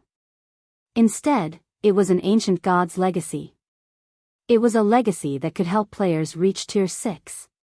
It was much stronger than the legacies of ordinary gods. No wonder that mysterious youth wanted to deal with the fallen archangel. Let alone a tier 5 existence, even tier 6 gods would covet an ancient god's eye.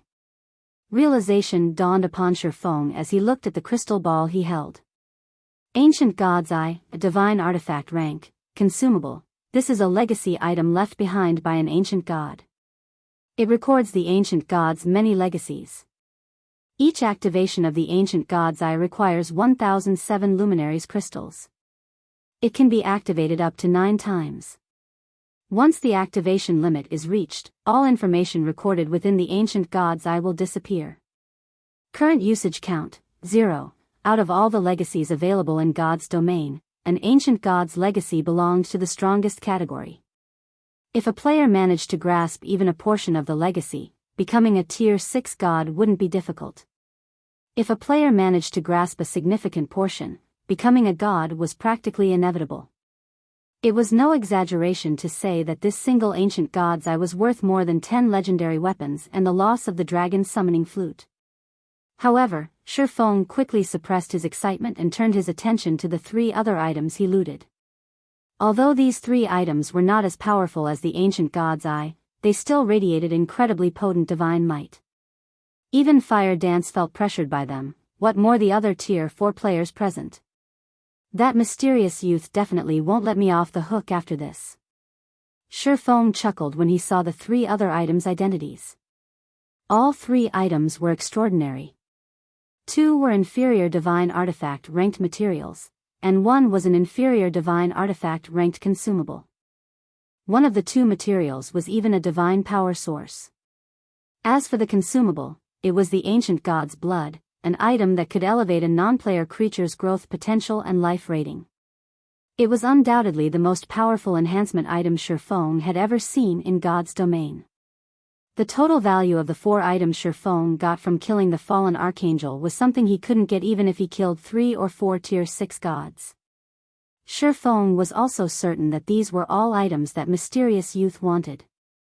Now that he had acquired them instead, the mysterious youth would definitely take action against him at all costs. After a brief silence fell in the hall, Fire Dance reported to Shifeng, guild leader, according to Liang Jing, the Outer Worlds NPC army has arrived on the eastern continent. Currently, it has split into 6 groups of over 30,000 tier 4 NPCs and 4 million tier 3 NPCs each. All of these NPCs are above level 150. As we expected, one of these groups is marching toward the Twin Towers Kingdom and Star Moon Kingdom. At their current speed, it'll only take them another 3 or 4 days to reach the Twin Towers Kingdom's vicinity.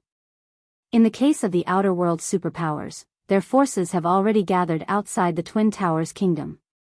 They have even dispatched many scouting teams to invade the kingdom, and the kingdom's forces have already clashed with these scouting teams.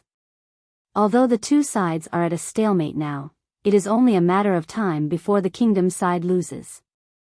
According to Melancholic's investigations, Starlink and many other superpowers are offering excellent incentives to independent experts to have them head to the Dark Knight Empire and the Black Dragon Empire. They plan to resist the Outer World forces together with the 2 empires. Because of this, many independent experts have decided to abandon Twin Towers and Star Moon. When Fire Dance finished speaking, Cold Shadow frowned and said, "How foolish these people are. Sticking with an empire's defensive line might be a good choice, but abandoning all resistance in the various kingdoms will inflict a severe loss to the various kingdoms' armies. All they're doing is giving the Outer World forces an advantage." Unlike for players, resurrection was a very troublesome process for NPCs. The Outer World's NPC army wasn't endless either. Hence, if players worked together to defend the various kingdoms, repelling the Outer World forces was entirely possible. In the worst-case scenario, they could, at least, weaken the Outer World forces. Abandoning the various kingdoms outright and choosing to fight a decisive battle at the defensive lines of empires was an absolutely foolish decision. However, Shifeng wasn't too surprised by this situation. Calmly, he said, "This is normal. Although players can recover the levels they lose with a little effort, finding replacements for the weapons and equipment they lose is very difficult. Given a choice, they will naturally prefer a more stable battle. Not to mention, with Starlink and the other superpowers' interference, it's only natural for independent players to abandon resisting in kingdoms and choose to fight in empires instead." In his previous life, the most astonishing aspect of a war between countries wasn't the number of player deaths. Instead, it was the weapons and equipment lost. Many kingdoms and empires had suffered annihilation because the player forces in those countries had depleted their stockpile of weapons and equipment. As a result, the players of those countries became weaker and weaker as they fought. In the end, they could only watch their enemies annex their nations bit by bit until the country disappeared completely. The current War of Worlds was a similar situation. After realizing this fact, all Starlink and the various superpowers needed to do was put out appropriate bait, and the various independent players would automatically swarm to the bait. "Guild leader, how about I bring the main force to the Twin Towers Kingdom and participate in the battle there?" Kola suggested. I refuse to believe that we can't kill a bunch of scouting teams. So long as we secure a few victories, I believe many players will be willing to stay and fight with us. Although Kola didn't understand much about battles on the scale of countries, he knew that without the support of a large number of independent players, the Twin Towers Kingdom and Star Moon Kingdom would fall to the Outer World forces. The reason many independent experts were abandoning the two kingdoms was simply their belief that defending against the Outer World forces in an empire would be easier. Meanwhile, all Zero Wing needed to do was suppress and repel the Outer World players plaguing the Twin Towers Kingdom. Then, the independent players who had left would see hope for successfully defending the kingdom. Once that happened, they would definitely return to help in the kingdom's defense. After all, abandoning one's roots and restarting development in a foreign country wasn't easy. That won't be necessary. Shifeng shook his head. Smiling calmly, he said, dealing with those scouting teams will only be a waste of time. If we're going to do something, we should go for something bigger. Bigger? Kola parroted in confusion. Fire, bring a team and look into the Twin Towers Kingdom's current situation. Make sure to find the base camp of the Outer World players invading the Twin Towers Kingdom. Once you do, notify me immediately. Shifeng instructed. When Cold Shadow heard Shifeng's words, she turned to Shifeng with a stunned look. Guild leader, are you thinking of wiping them out? Nodding, Shifeng said earnestly, of course. If Starlink and the other superpowers want to waste their time, let them. However, Zero Wing doesn't have that much time to waste. The real role of high-end combatants wasn't in defending strongholds but attacking the enemy's core combatants. In his previous life, any player force that dared to gather their troops into one big army was simply asking for death. However, be it the Eastern Continent's players or the Outer World's players, neither had a clear understanding of truly large-scale battles in God's domain yet. They were still acting as if they were playing traditional virtual reality games, entirely ignorant of just how much power a single individual could wield. I'll head out right away. Fire Dance grew excited at Shifeng's affirmation. After saying so, Fire Dance activated a guild transfer scroll and teleported to the guild residence at Sky Spring City. As for everyone else present, Shifeng had them take a break and dismissed them. After all, their continuous battles in the evil god's secret land had taken a huge toll on their minds and bodies. After settling his affairs here, Shifeng made his way to the city lord's mansion's secret room to rest and recuperate. Shifeng had exhausted his concentration during his fight with the mysterious youth. Now, even his soul was in a weakened state. To recover quickly, he had to rest in the city lord's mansion's underground secret room, which held the densest mana in ancient Rock City. This environment should be enough. Now, all I need to do is recover my concentration. After setting up a simple mana-gathering magic array, Shifeng took out a crystal of souls from his bag and ate it. Immediately, a wave of comfort spread across his soul. Once his soul had fully recovered, Shifeng fished the ancient god's eye from his bag. He then took out 1007 luminaries crystals from his dwindling stockpile and injected them into the ancient god's eye. During his fight with the mysterious youth, Shifeng had come to understand just how feeble he was. Read latest chapters at Wuxia World. EU. Now that Shifeng had the threat of the mysterious youth and the Outer World forces looming over him, it was best if he increased his strength as quickly as possible. Hence, he did not intend to strengthen himself before receiving the legacy guidance in the ancient god's eye. Instead, he would inherit it now to maximize his current strengths. After Shifeng injected the 1007 luminaries crystals, the ancient god's eye suddenly released purple fumes, which gradually seeped into his body and merged with his soul. The moment his soul came into contact with the purple fumes, Shifeng suffered a splitting headache, and an unprecedented heat spread throughout his body. He felt as if someone was trying to cram an endless amount of knowledge into his brain, and his brain was working overtime and heating up as it tried to process all this information. This sensation lasted for several minutes before it gradually dissipated. When all of the purple fumes from the ancient god's eye had merged with Shifeng's soul, the legacy guidance finally ended.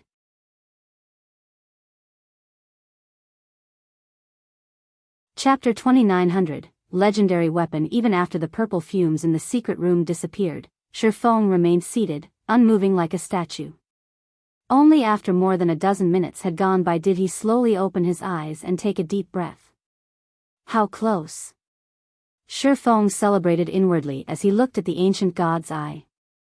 Had my concentration not reached the Tier 5 intermediate standard already, I would have most likely failed to absorb 100% of the legacy guidance. The ancient god's eye conveyed a massive amount of information. If his soul hadn't recovered to peak condition, he wouldn't have been able to accept all of the information. Meanwhile, if he missed out on even a small portion of the legacy, he would have failed and obtained nothing at all. But this is a surprise. I never thought that the key factor in getting promoted to Tier 6 would be 7 luminaries crystals. Shifeng sighed as he recalled the information he received.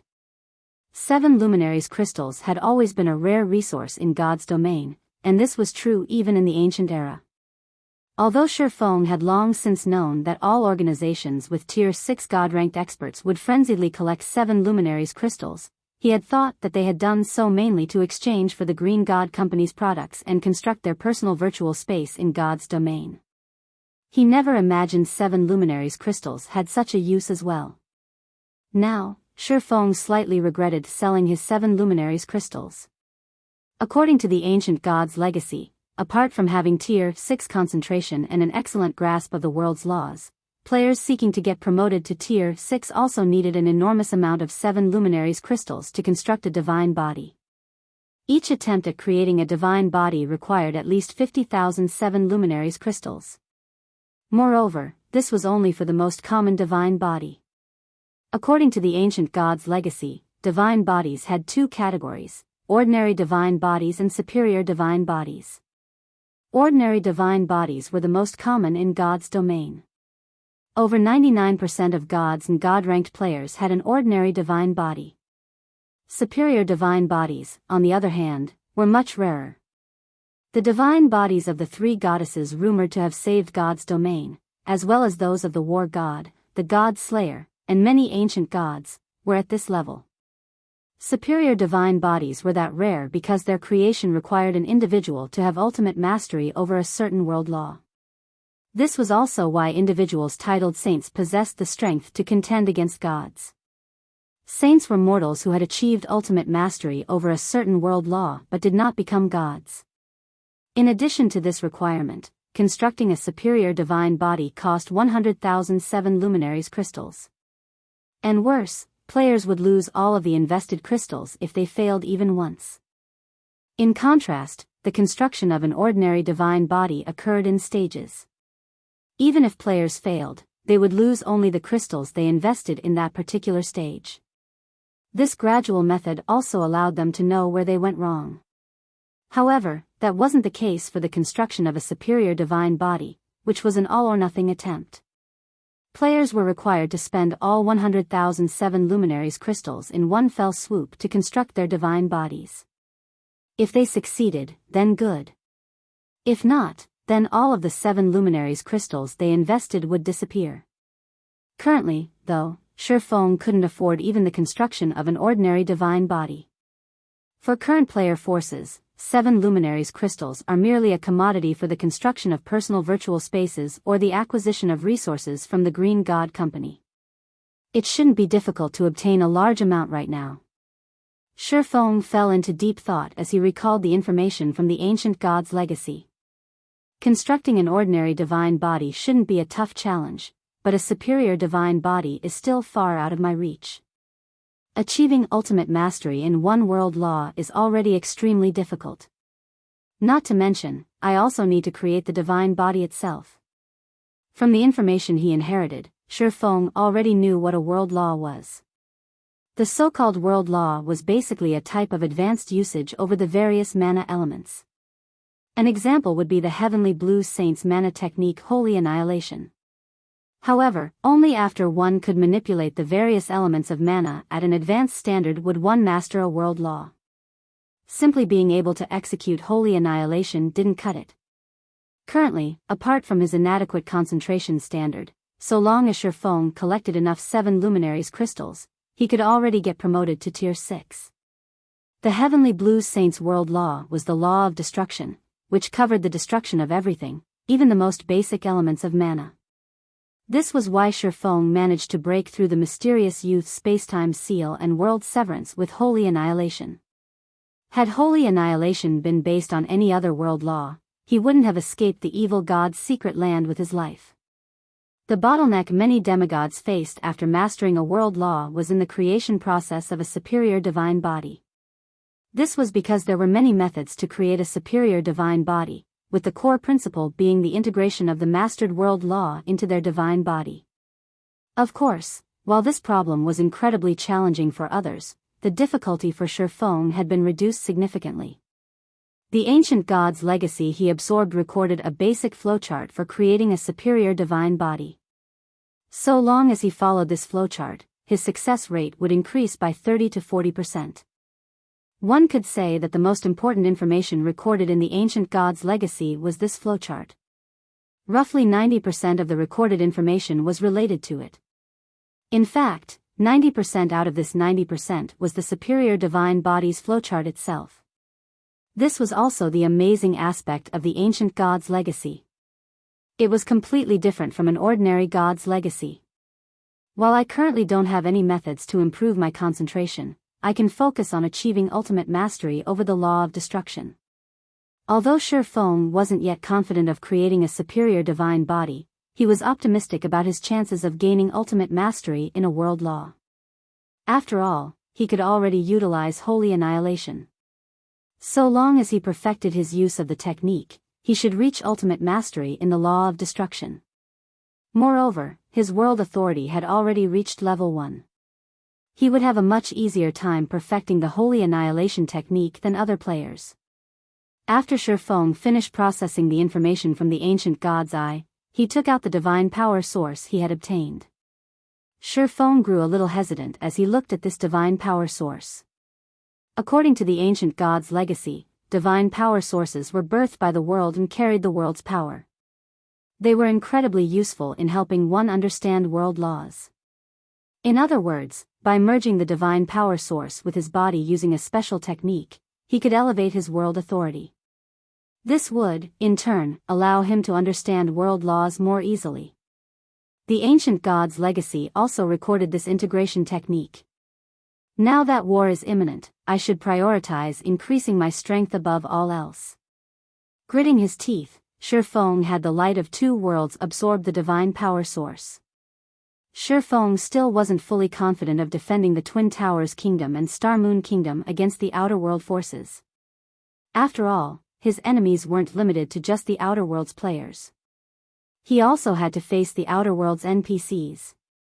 While the Outer World NPCs might not have Tier 6 gods in their ranks, they were bound to have quite a few Tier 5 NPCs. And in the case of Tier 5 NPCs, so long as their status in society was sufficiently high, acquiring a legendary weapon or equipment wouldn't be difficult. Take the Branch Temple Lord of Star Moon Kingdom's War God's Temple, for example. Despite being a Tier 4, he owned 2 legendary items. Meanwhile, the difference between having and not having a legendary weapon or equipment was massive for Tier 5 NPCs. Once the light of two worlds perfectly absorbed the icy cold tree branch Shifeng held, it released a dazzling, golden glow. The divine runes on the weapon's blade also lit up gradually. After several minutes, the divine runes on the sword's blade and hilt connected and became one. Boom!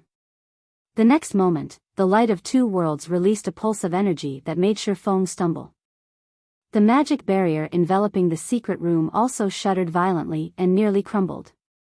As expected of one of the 10 great legendary weapons. It's strong. Shifeng was stunned when he read the Light of Two Worlds' details displayed before him.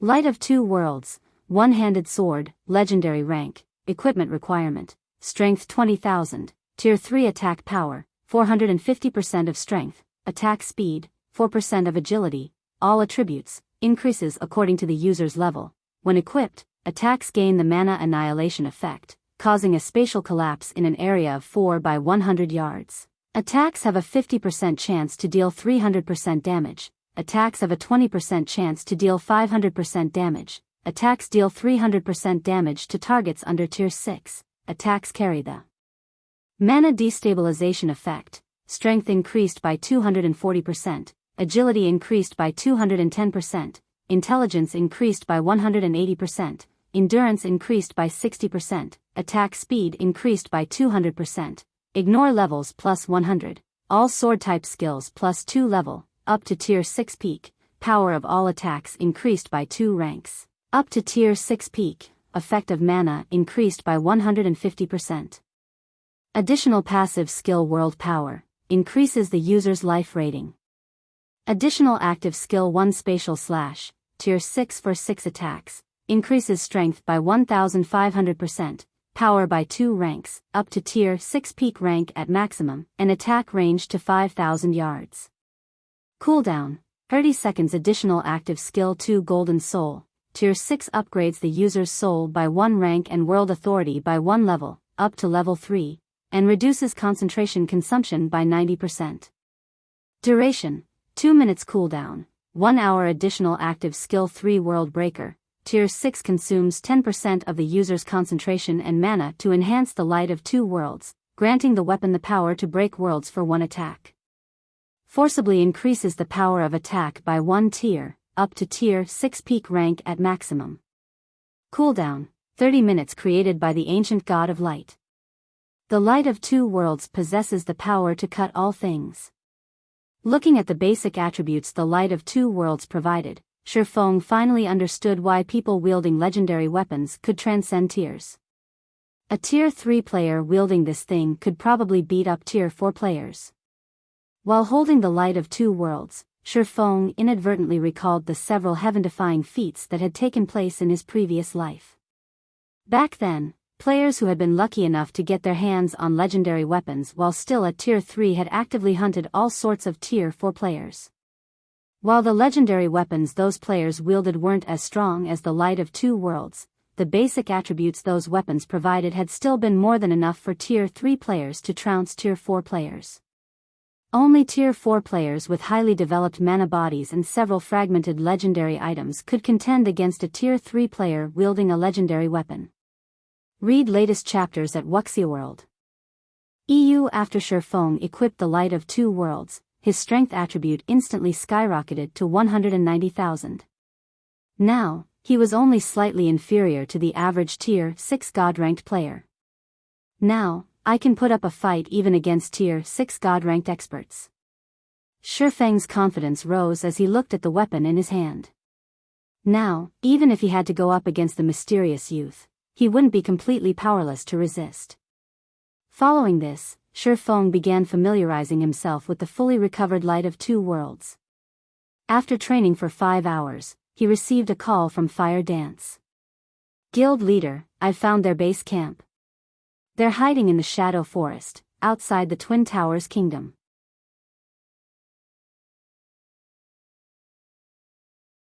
Chapter 2901, Wind Rises in Twin Towers Kingdom, Shadow Forest. A 6-man scouting party led by a level 154, Tier 4 assassin slowly traversed the rainforest.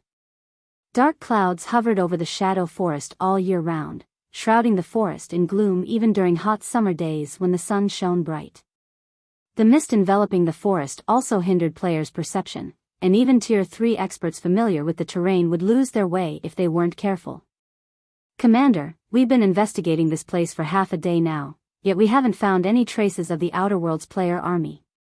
Should we take a look at the other maps? A blue-clad level 142, Tier 3 assassin suggested as he looked at a tree-lined gorge.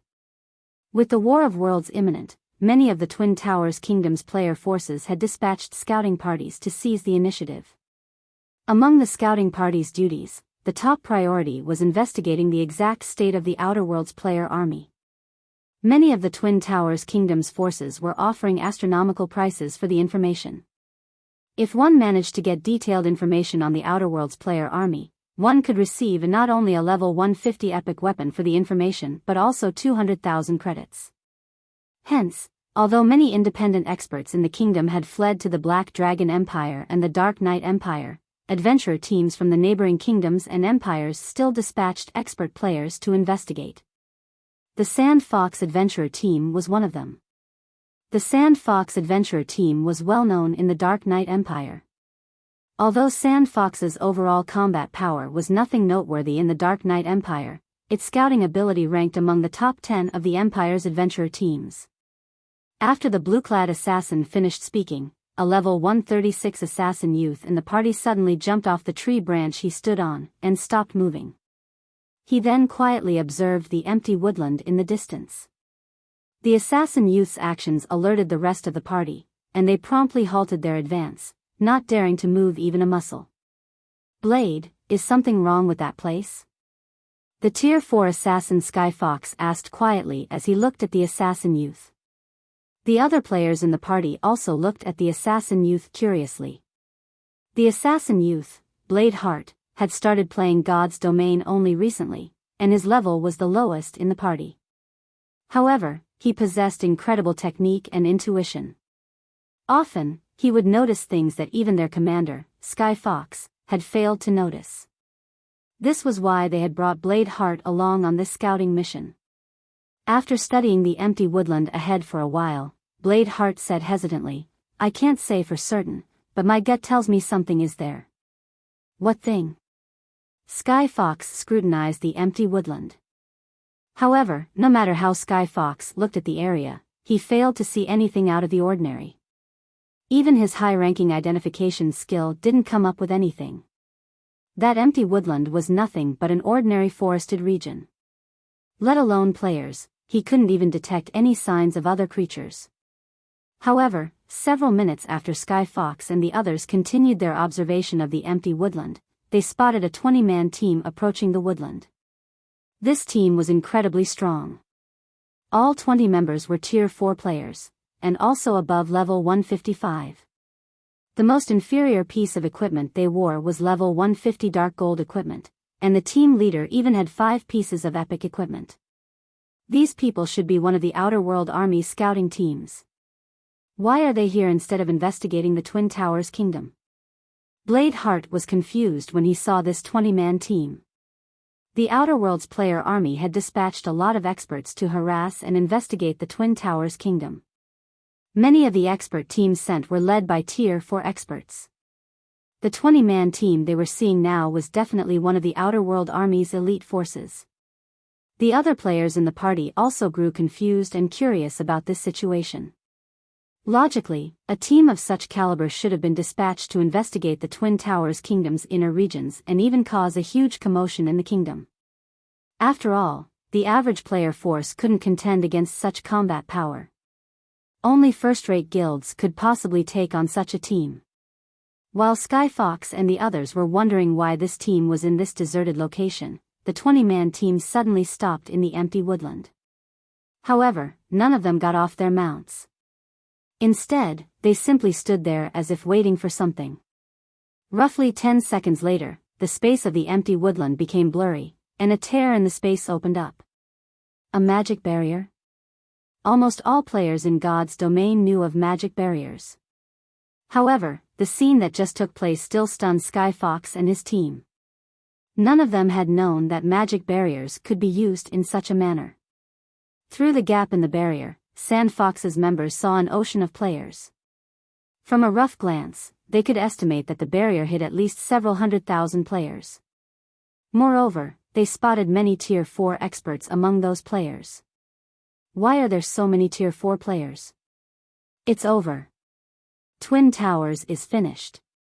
We won't have enough to defend against so many Tier 4 experts, even if we gather the players from the Black Dragon Empire and Dark Knight Empire.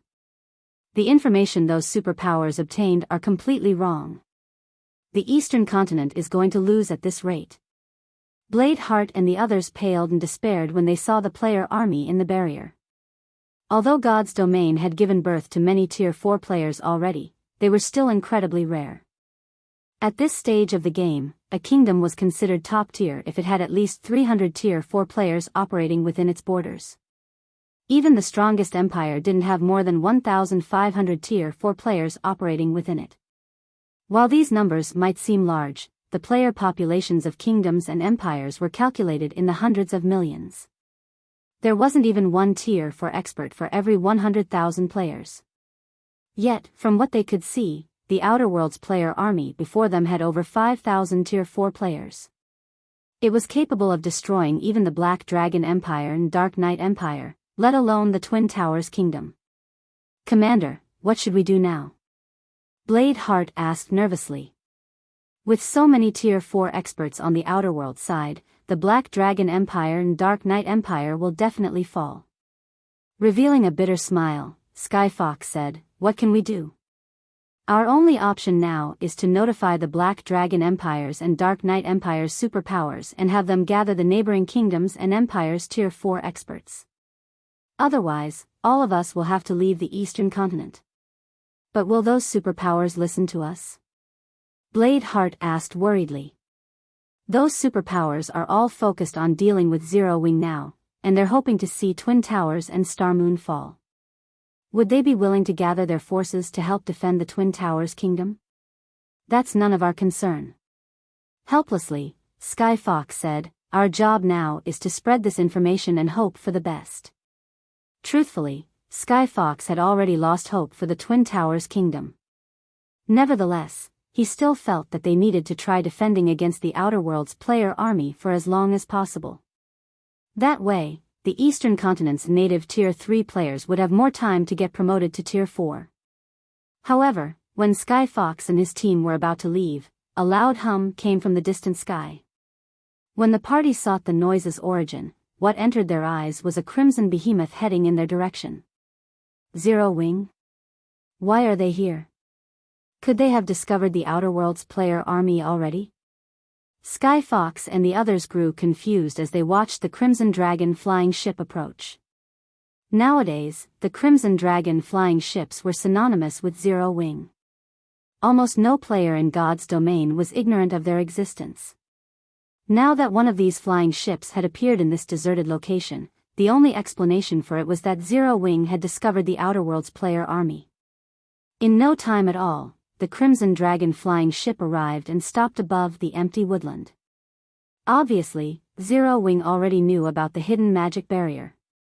Is Zero Wing planning to attack the Outer World players? Blade Heart wondered as he looked at the flying ship. That's most likely the case, but Zero Wing probably doesn't know how many Tier 4 experts are hidden inside the barrier. It'll definitely suffer a loss afterward, Sky Fox said worriedly when he saw Sherfone walking to the flying ship's bow. The battle at Ancient Rock City had boosted Black Flame's fame. He was publicly recognized as God's domain's strongest player. However, even a Tier 5 Sword Saint stood no chance against a force of more than 5,000 Tier 4 players. After all, a Tier 5 player would still lose a lot of HP if they got hit by a Tier 4 player's attack. Not to mention, these Tier 4 players came to wage war. They most definitely had combination skills and battle arrays prepared.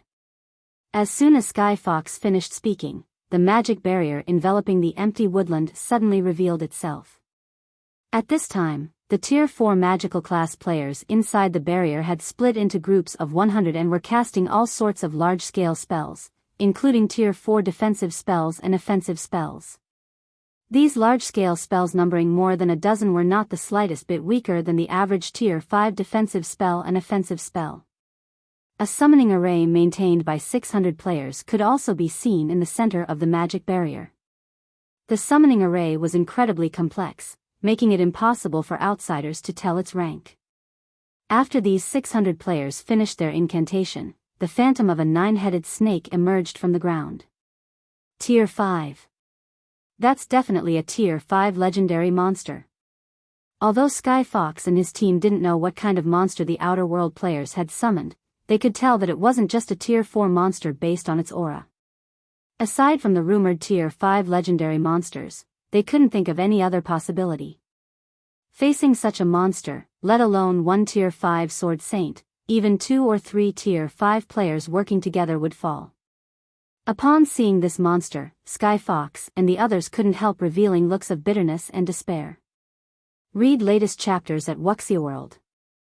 A force of 5,000 plus Tier 4 experts was already plenty shocking, and it allowed them to realize just how wide the gap between the players of God's domain and of the outer world was. Yet, reality now told them that the gap was far wider than they thought. The force of 5,000 plus Tier 4 experts was only the tip of the iceberg. However, unlike Sky Fox and his team, Shifeng, aboard the Crimson Dragon flying ship, remained unfazed by this situation. He simply took to the air and arrived above the magic barrier. He then unsheathed the newly upgraded Light of Two Worlds. Disappear. Shifeng brandished the Light of Two Worlds against the barrier. Holy annihilation.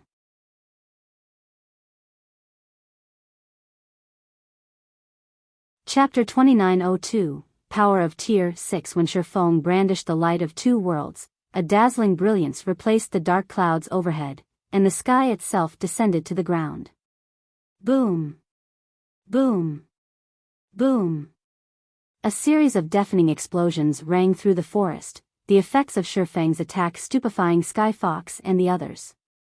With just one attack, Shifeng destroyed all of the Outer World players' offensive spells, as well as the magic barrier protecting the Outer World players. Only after destroying several more defensive spells did the brilliance Shifeng's attack generated begin to dissipate. However, the areas Shifeng's attack passed through were now devoid of mana. Moreover, the resulting shockwave was so powerful that it reached Sky Fox's party several thousand yards away, sending the 6 players smashing into trees and stifling their breath. Isn't he a little too powerful? Sky Fox and the others were at a loss for words as they looked at Shifeng. All of them could tell that Shifeng's attack wasn't a skill but a combat technique. Nevertheless, he had managed to destroy all of the Outer World players' offensive spells and most of their defensive spells. Even the Tier 5 Imperial Knight I saw previously wasn't this strong. Bladeheart exclaimed. Is this the strength of God's domain's strongest player? Everyone in God's domain had already gotten a clear look at Shifeng's power during the battle at Ancient Rock City. However, compared to that time, the power Shifeng had just displayed was on a whole other level. The Tier 4 combination defensive spells the Outer World players used rivaled Tier 5 defensive spells in power. Even Tier 5 NPCs needed quite a few attacks to break through a Tier 5 defensive spell. Yet, Shifeng had destroyed multiple Tier 5 offensive and defensive spells with just one attack. Such power was beyond even Tier 5 NPCs. Shifeng was practically a god who had descended to the mortal world. Black flame, is it? Fighting spirit ignited in Bladeheart's eyes as he looked at Shifeng. I'm going to become as strong as him one day. At this time, Sky Fox's party wasn't the only one shocked by Shifeng's display of power. The millions of Outer World players were similarly thunderstruck. What? Why does this world have such a powerful player? He must be a demigod NPC in disguise.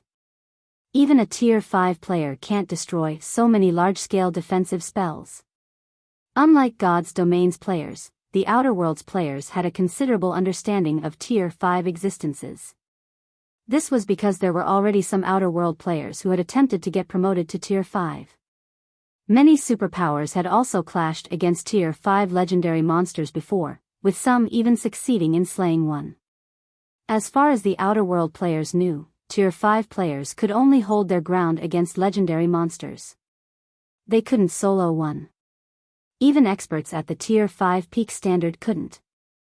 With so many Tier 4 players working together, they could heavily injure even a Tier 5 legendary monster, let alone a Tier 5 player.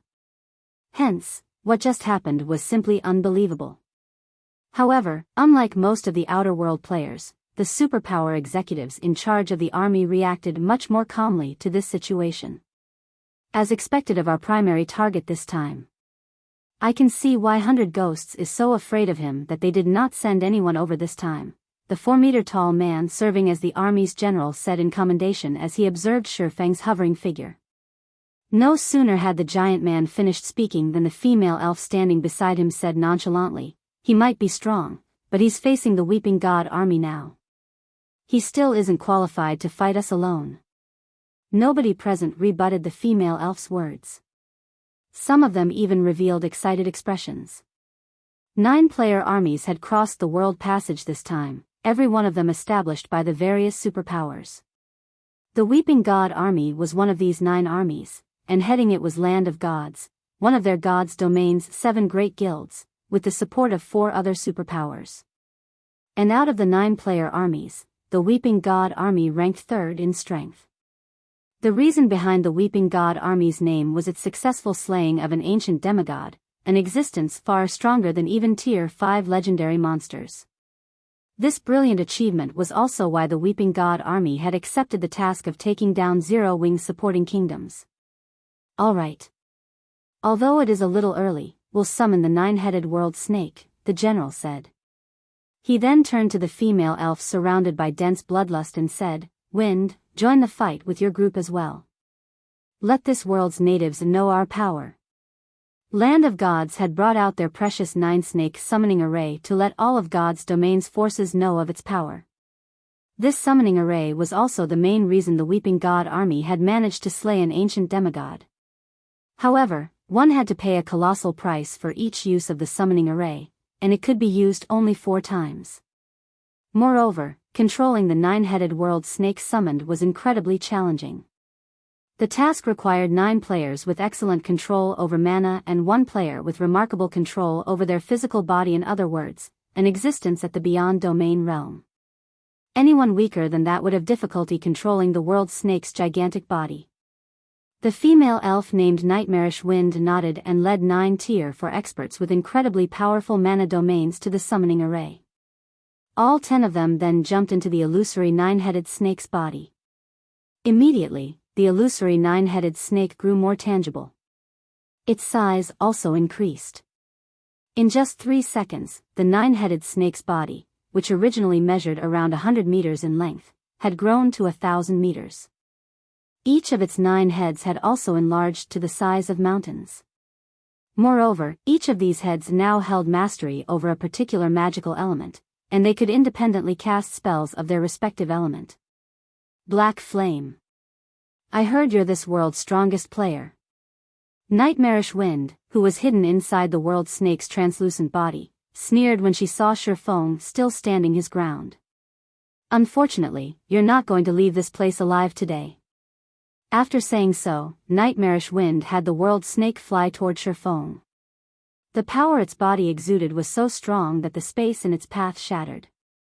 Simultaneously, the world snake's 9 heads cast 9 different Tier 5 spells and launched them at Shifeng. This scene made Skyfox and his team shudder in fear. The current 9-headed world snake radiated a much more powerful aura than before, so much so that it felt like a completely different creature. Even the Tier 5 NPCs they had come across previously couldn't compare to this monster. Meanwhile, in front of the world snake, Shifeng looked like an ant, as if the world snake could wipe him out of existence with a single swipe of its tail. The simultaneous bombardment of 9 Tier 5 spells was something even several Tier 5 NPCs working together would fail to stop. However, even after seeing the world snake's attack, Shifeng remained unfazed. He simply raised the Light of 2 Worlds once more and swung it at the world snake. World Breaker. Boom. For an instant, everyone on the battlefield felt the world around them disappear. Apart from an empty space filled with light, they could neither see nor feel anything around them. Everyone gradually recovered their senses, and once they did, they couldn't help gaping in shock, their minds going blank. Gone. The 9-headed world snake is gone. Moreover, the 9-headed world snake wasn't the only thing that disappeared. A significant part of the vast forest had also disappeared, and in its place was a crater over 4,000 yards in diameter, with the endless void in its depths. From the sky, it would seem as if something had just taken a bite out of the shadow forest. This sight rendered every surviving member of the Weeping God army speechless.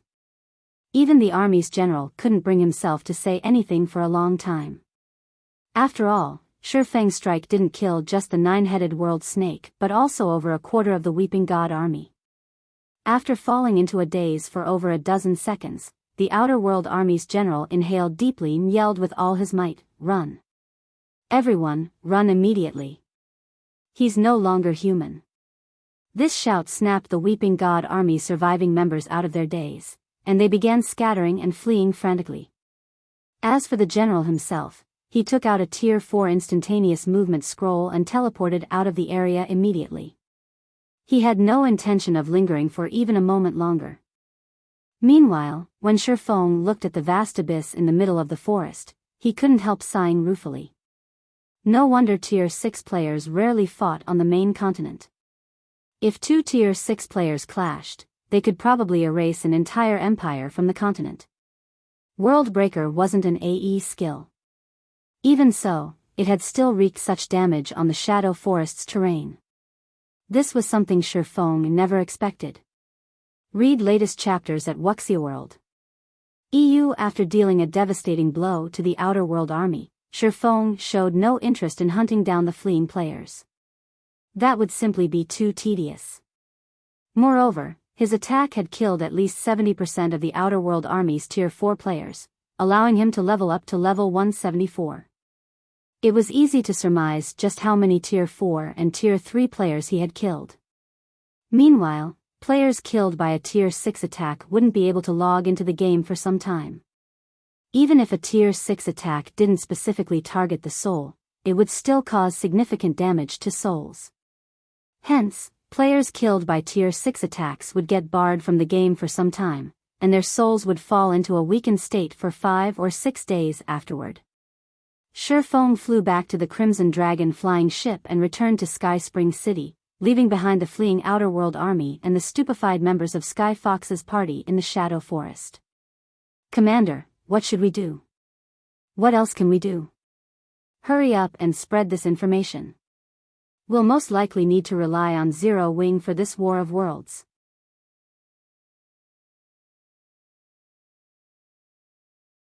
Chapter 2903, Fame shakes God's domain. Dark Knight Empire, Winter Night Border Fortress. With the opening of the Second War of Worlds, the Outer Worlds NPC army had appeared at the borders of many of the Eastern Continent's kingdoms and empires. Although no full-blown battles had taken place yet, many skirmishes had occurred already. Guild leader Lu, "I'm afraid things will be troublesome this time. The Outer Worlds NPC army is much larger than we anticipated. Although the Outer World player army we have to deal with is much smaller than those at the other empires, we'll still face a tough fight, even if we work together with the Empire's army." Hidden Cloud, the 5th floor master of the Super Guild 9 Heavens Pavilion, said with a frown as he read the latest report on the Outer Worlds NPC army.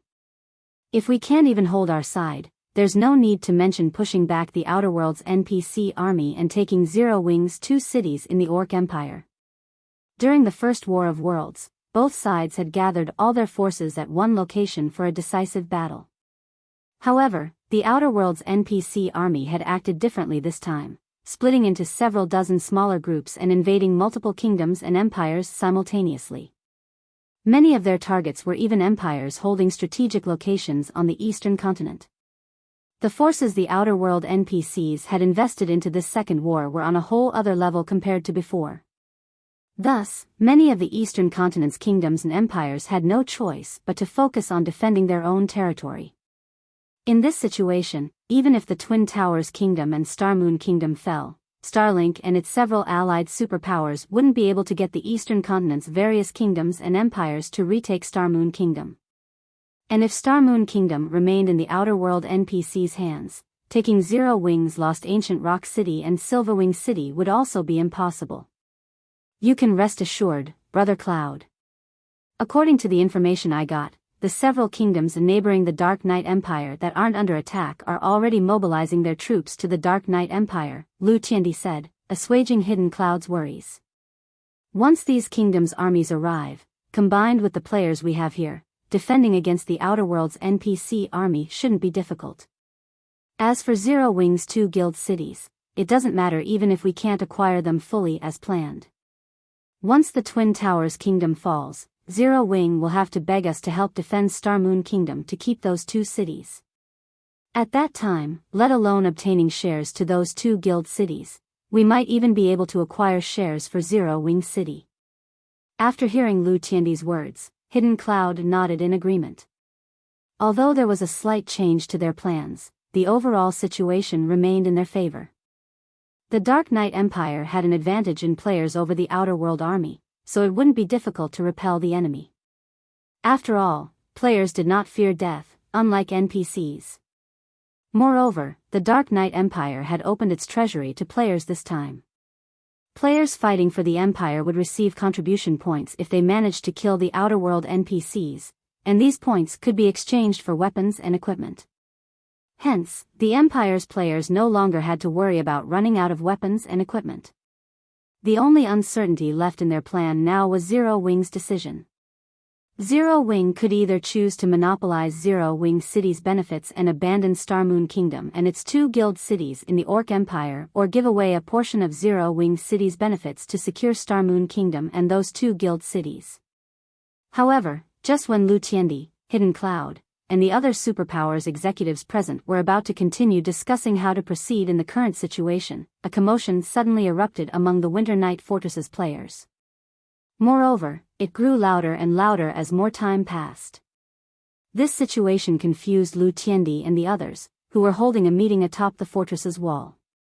Guild leader. Something big happened. Suddenly, a middle-aged man approached the group of executives hurriedly and arrived before Lu Tiandi.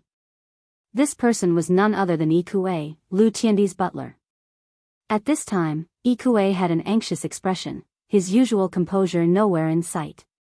What happened? Why are you in such a hurry? Lu Tiandi asked in dissatisfaction as he looked at Ikue. As his butler and secretary in the guild, Ikue could be considered a representative of Starlink. Ikue was simply embarrassing Starlink by displaying such uncouth behavior in front of the various superpowers executives.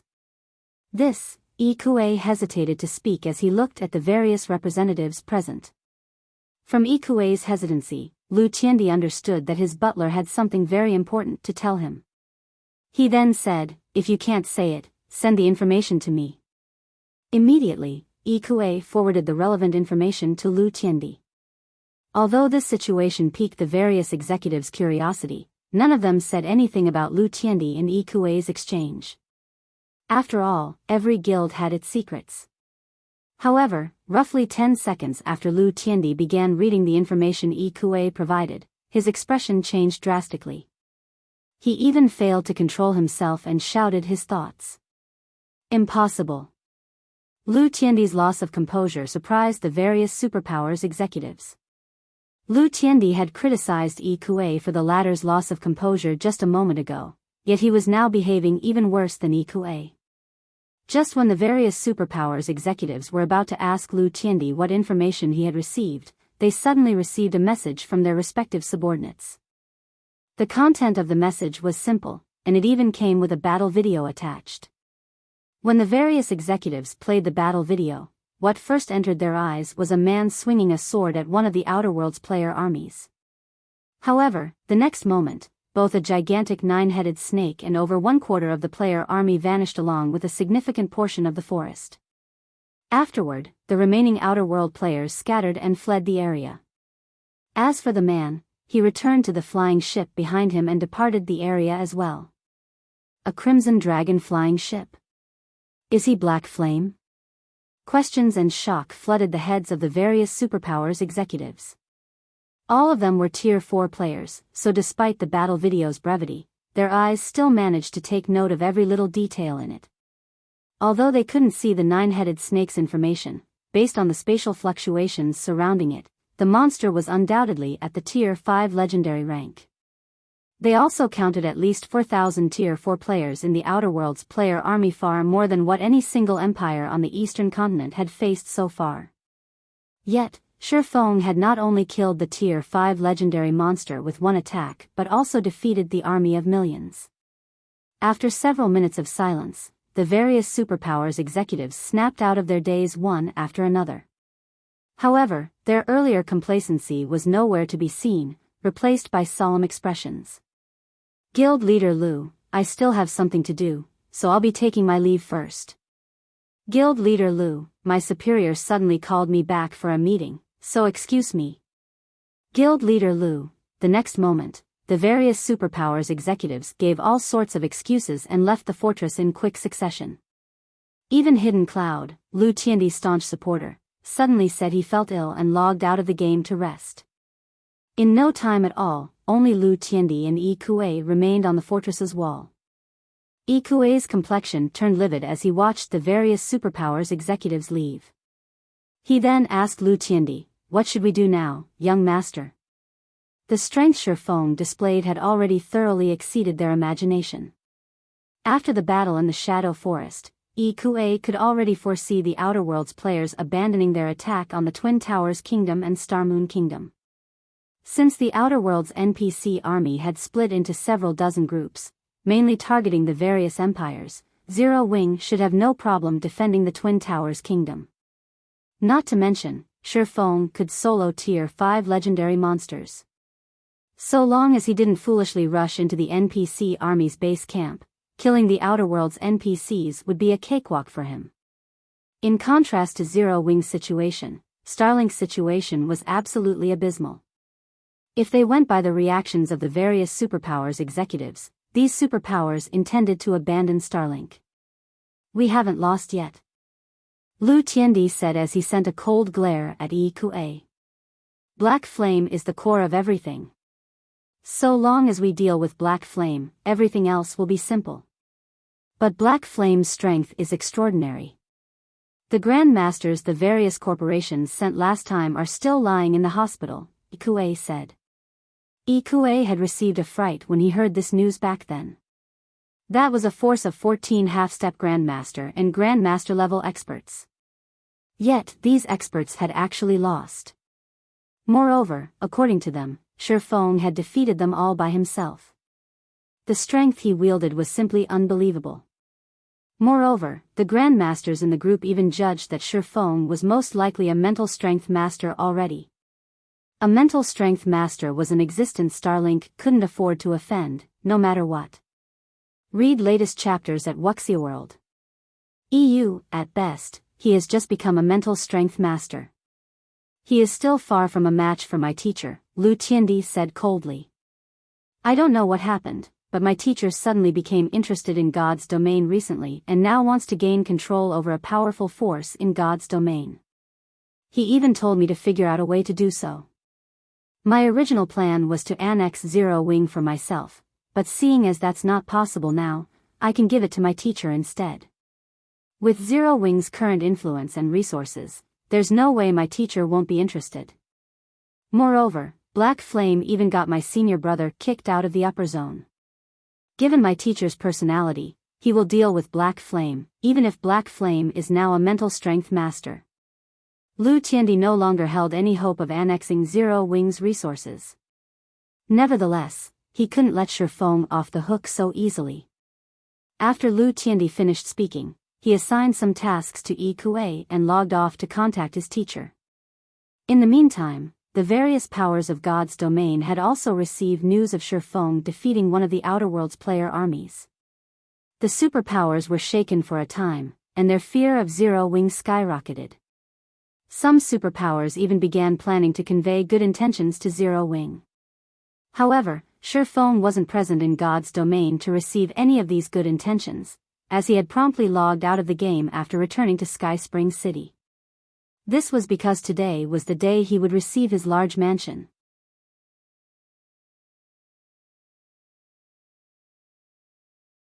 Chapter 2904, Changing Times. Yuantian City's Upper Zone, Base Layer, Upper Class Mansion District. Brother Shi, I really have to congratulate you this time.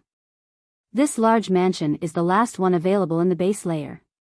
You probably can't get another one in Yuantian City's upper zone even if you want to in the future, Hanifeng said when he saw Shifeng registering himself as the owner of the mansion in front of him. Looking at the 3-story mansion, which occupied an area as large as half a football field, he couldn't repress his envy as he said, "You're only one of 3 people to own a large mansion as an individual in Yuantian City's upper zone." The base layer's 10 large mansions didn't just have the best position and environment. They also served as a status symbol. The only reason Hanifeng got to stay in a large mansion himself was his status as the 5 States Corporation's heir. The other members of his family, even those with excellent performance, could stay in the large mansion for only a short period.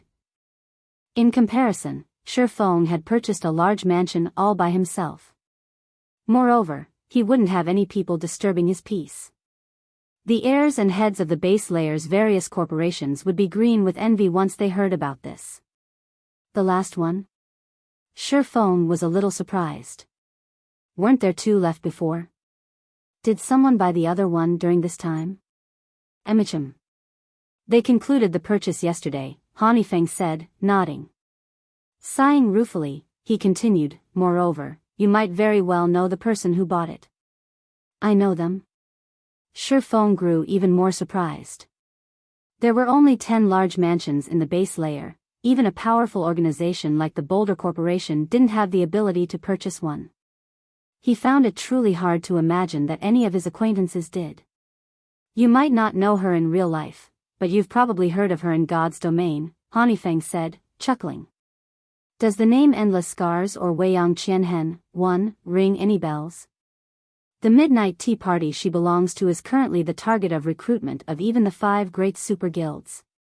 Rumors say that she has already developed her mana body to the 120% completion rate, and she can probably get promoted to Tier 5 at any time. It's her? Shi Feng was startled. He had a general idea of Endless Scars' identity. He was sure that she was the princess of a major corporation and that she might live in the upper zone. However, he never thought that Endless Scars would hold such great strength in the upper zone that she could afford a large mansion. It seems you do know her. Looking at Shi Feng's surprised expression, Hanifeng smiled and said, she's quite something. You can even say that she's astounding. She managed to buy that mansion this time not because of her family but because her senior brother gifted it to her. Gifted? Shi Feng was flabbergasted. He had spent a lot of 7 luminaries crystals to purchase a large mansion, and he didn't know how much time he would need to collect so many crystals again. That's right. It's because she has incredible talent. A big shot in the middle layer recently took her in as his student. I heard that this big shot even paid a high price to borrow a middle layer reserve slot for her to help her break through to Mental Strength Master, Hanifeng said, a hint of envy appearing in his eyes. I have to admit that her talent is truly astonishing. She's been labeled the best talent Yuantian City's upper zone has seen in the past 100 years. Once she reaches the middle layer, she'll probably take only a few months to become a Mental Strength Master. And with her talent, beauty, and a middle layer big shot supporting her, she naturally became the target of pursuit of many of the upper zone's youths. One of them is Qin Bai, her senior brother. Qin Bai is also an extraordinary talent.